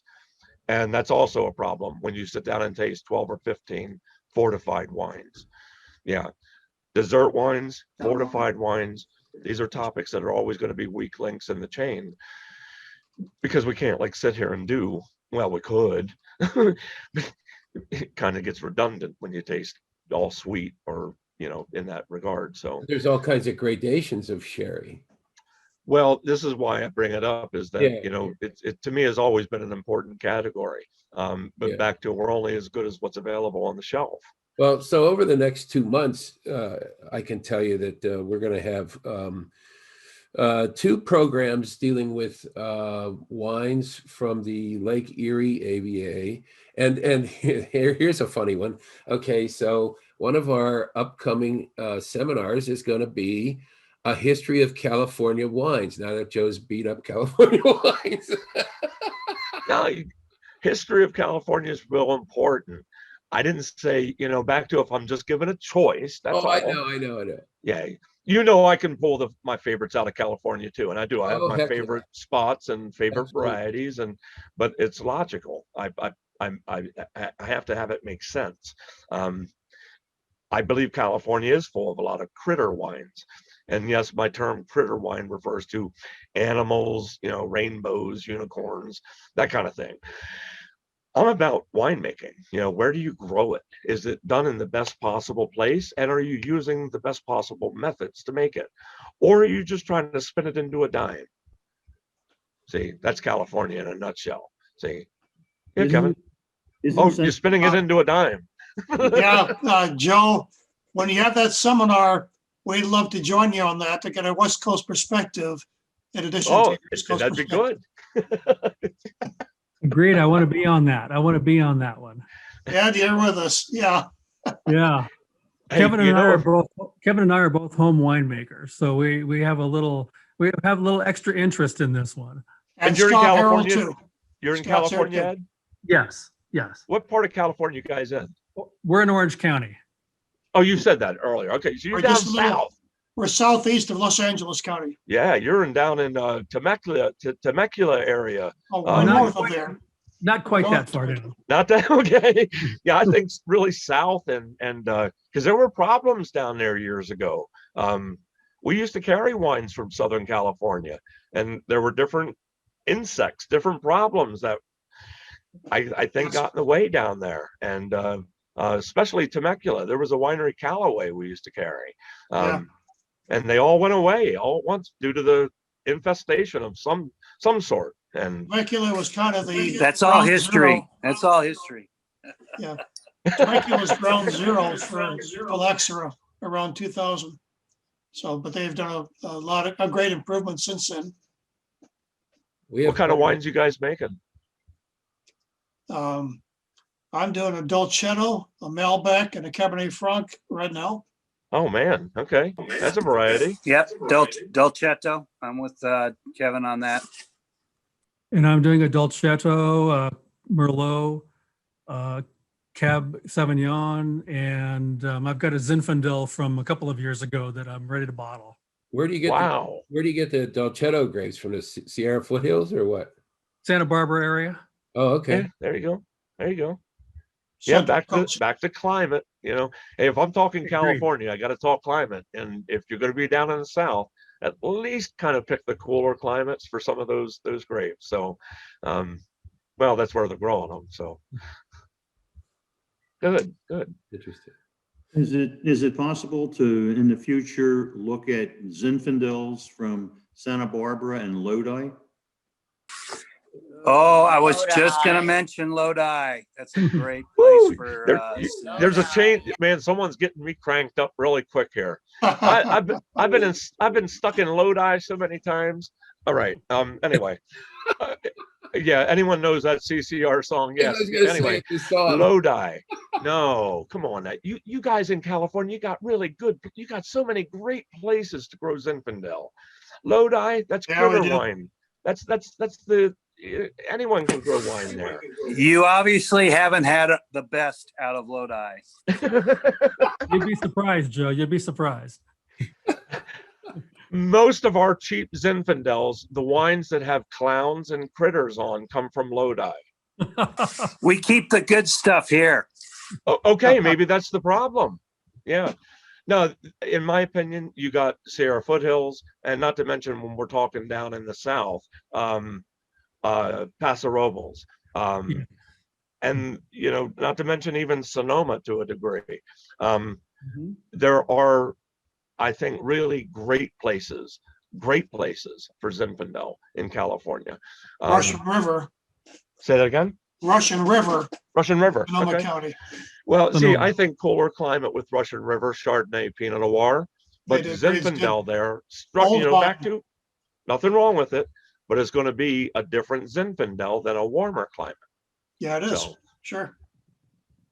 I don't know, But you that's- Californians to know the first wine in the United States was in New Mexico. who said that? What's to say that again? That's Laura. This is Laura from Kansas City. Everyone knows by now. Oh, there she is. You're bouncing around. The very first grapes in the New World, in the United States and North America, were brought to New Mexico via Mexico. But then we had flooding issues along the Rio Grande. So then the grape industry left.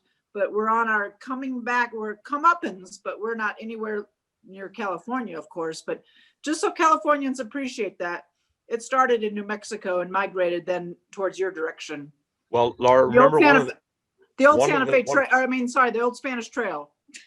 one of the things I pointed out, remember, great wine growing regions are usually in dry areas. So it's the fact of getting water to those areas and to be able to grow something.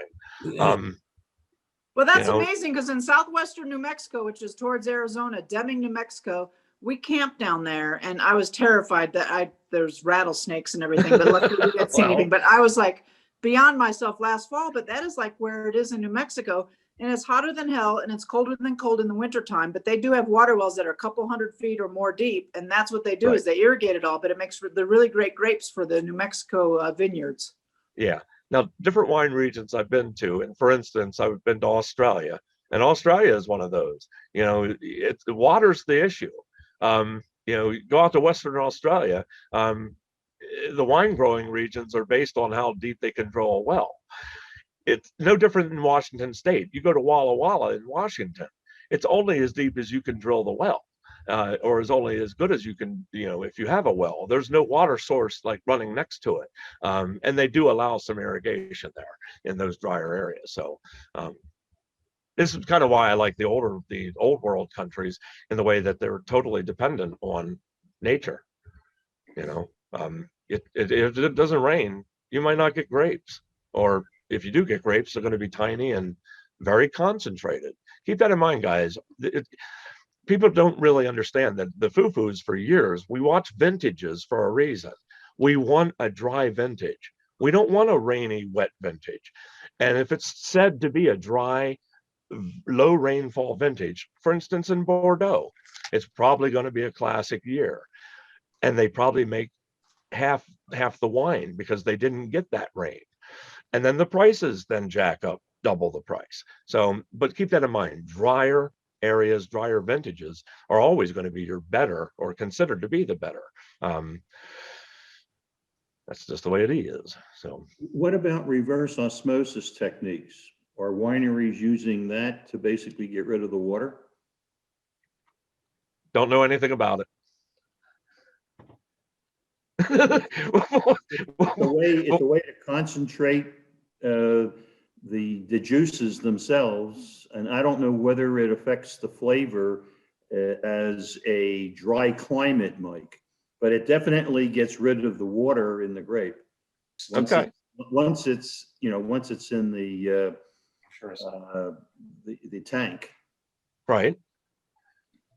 So and when It's it's going to give you some concentration, but it has to affect it some way, I would imagine, as opposed to just a natural.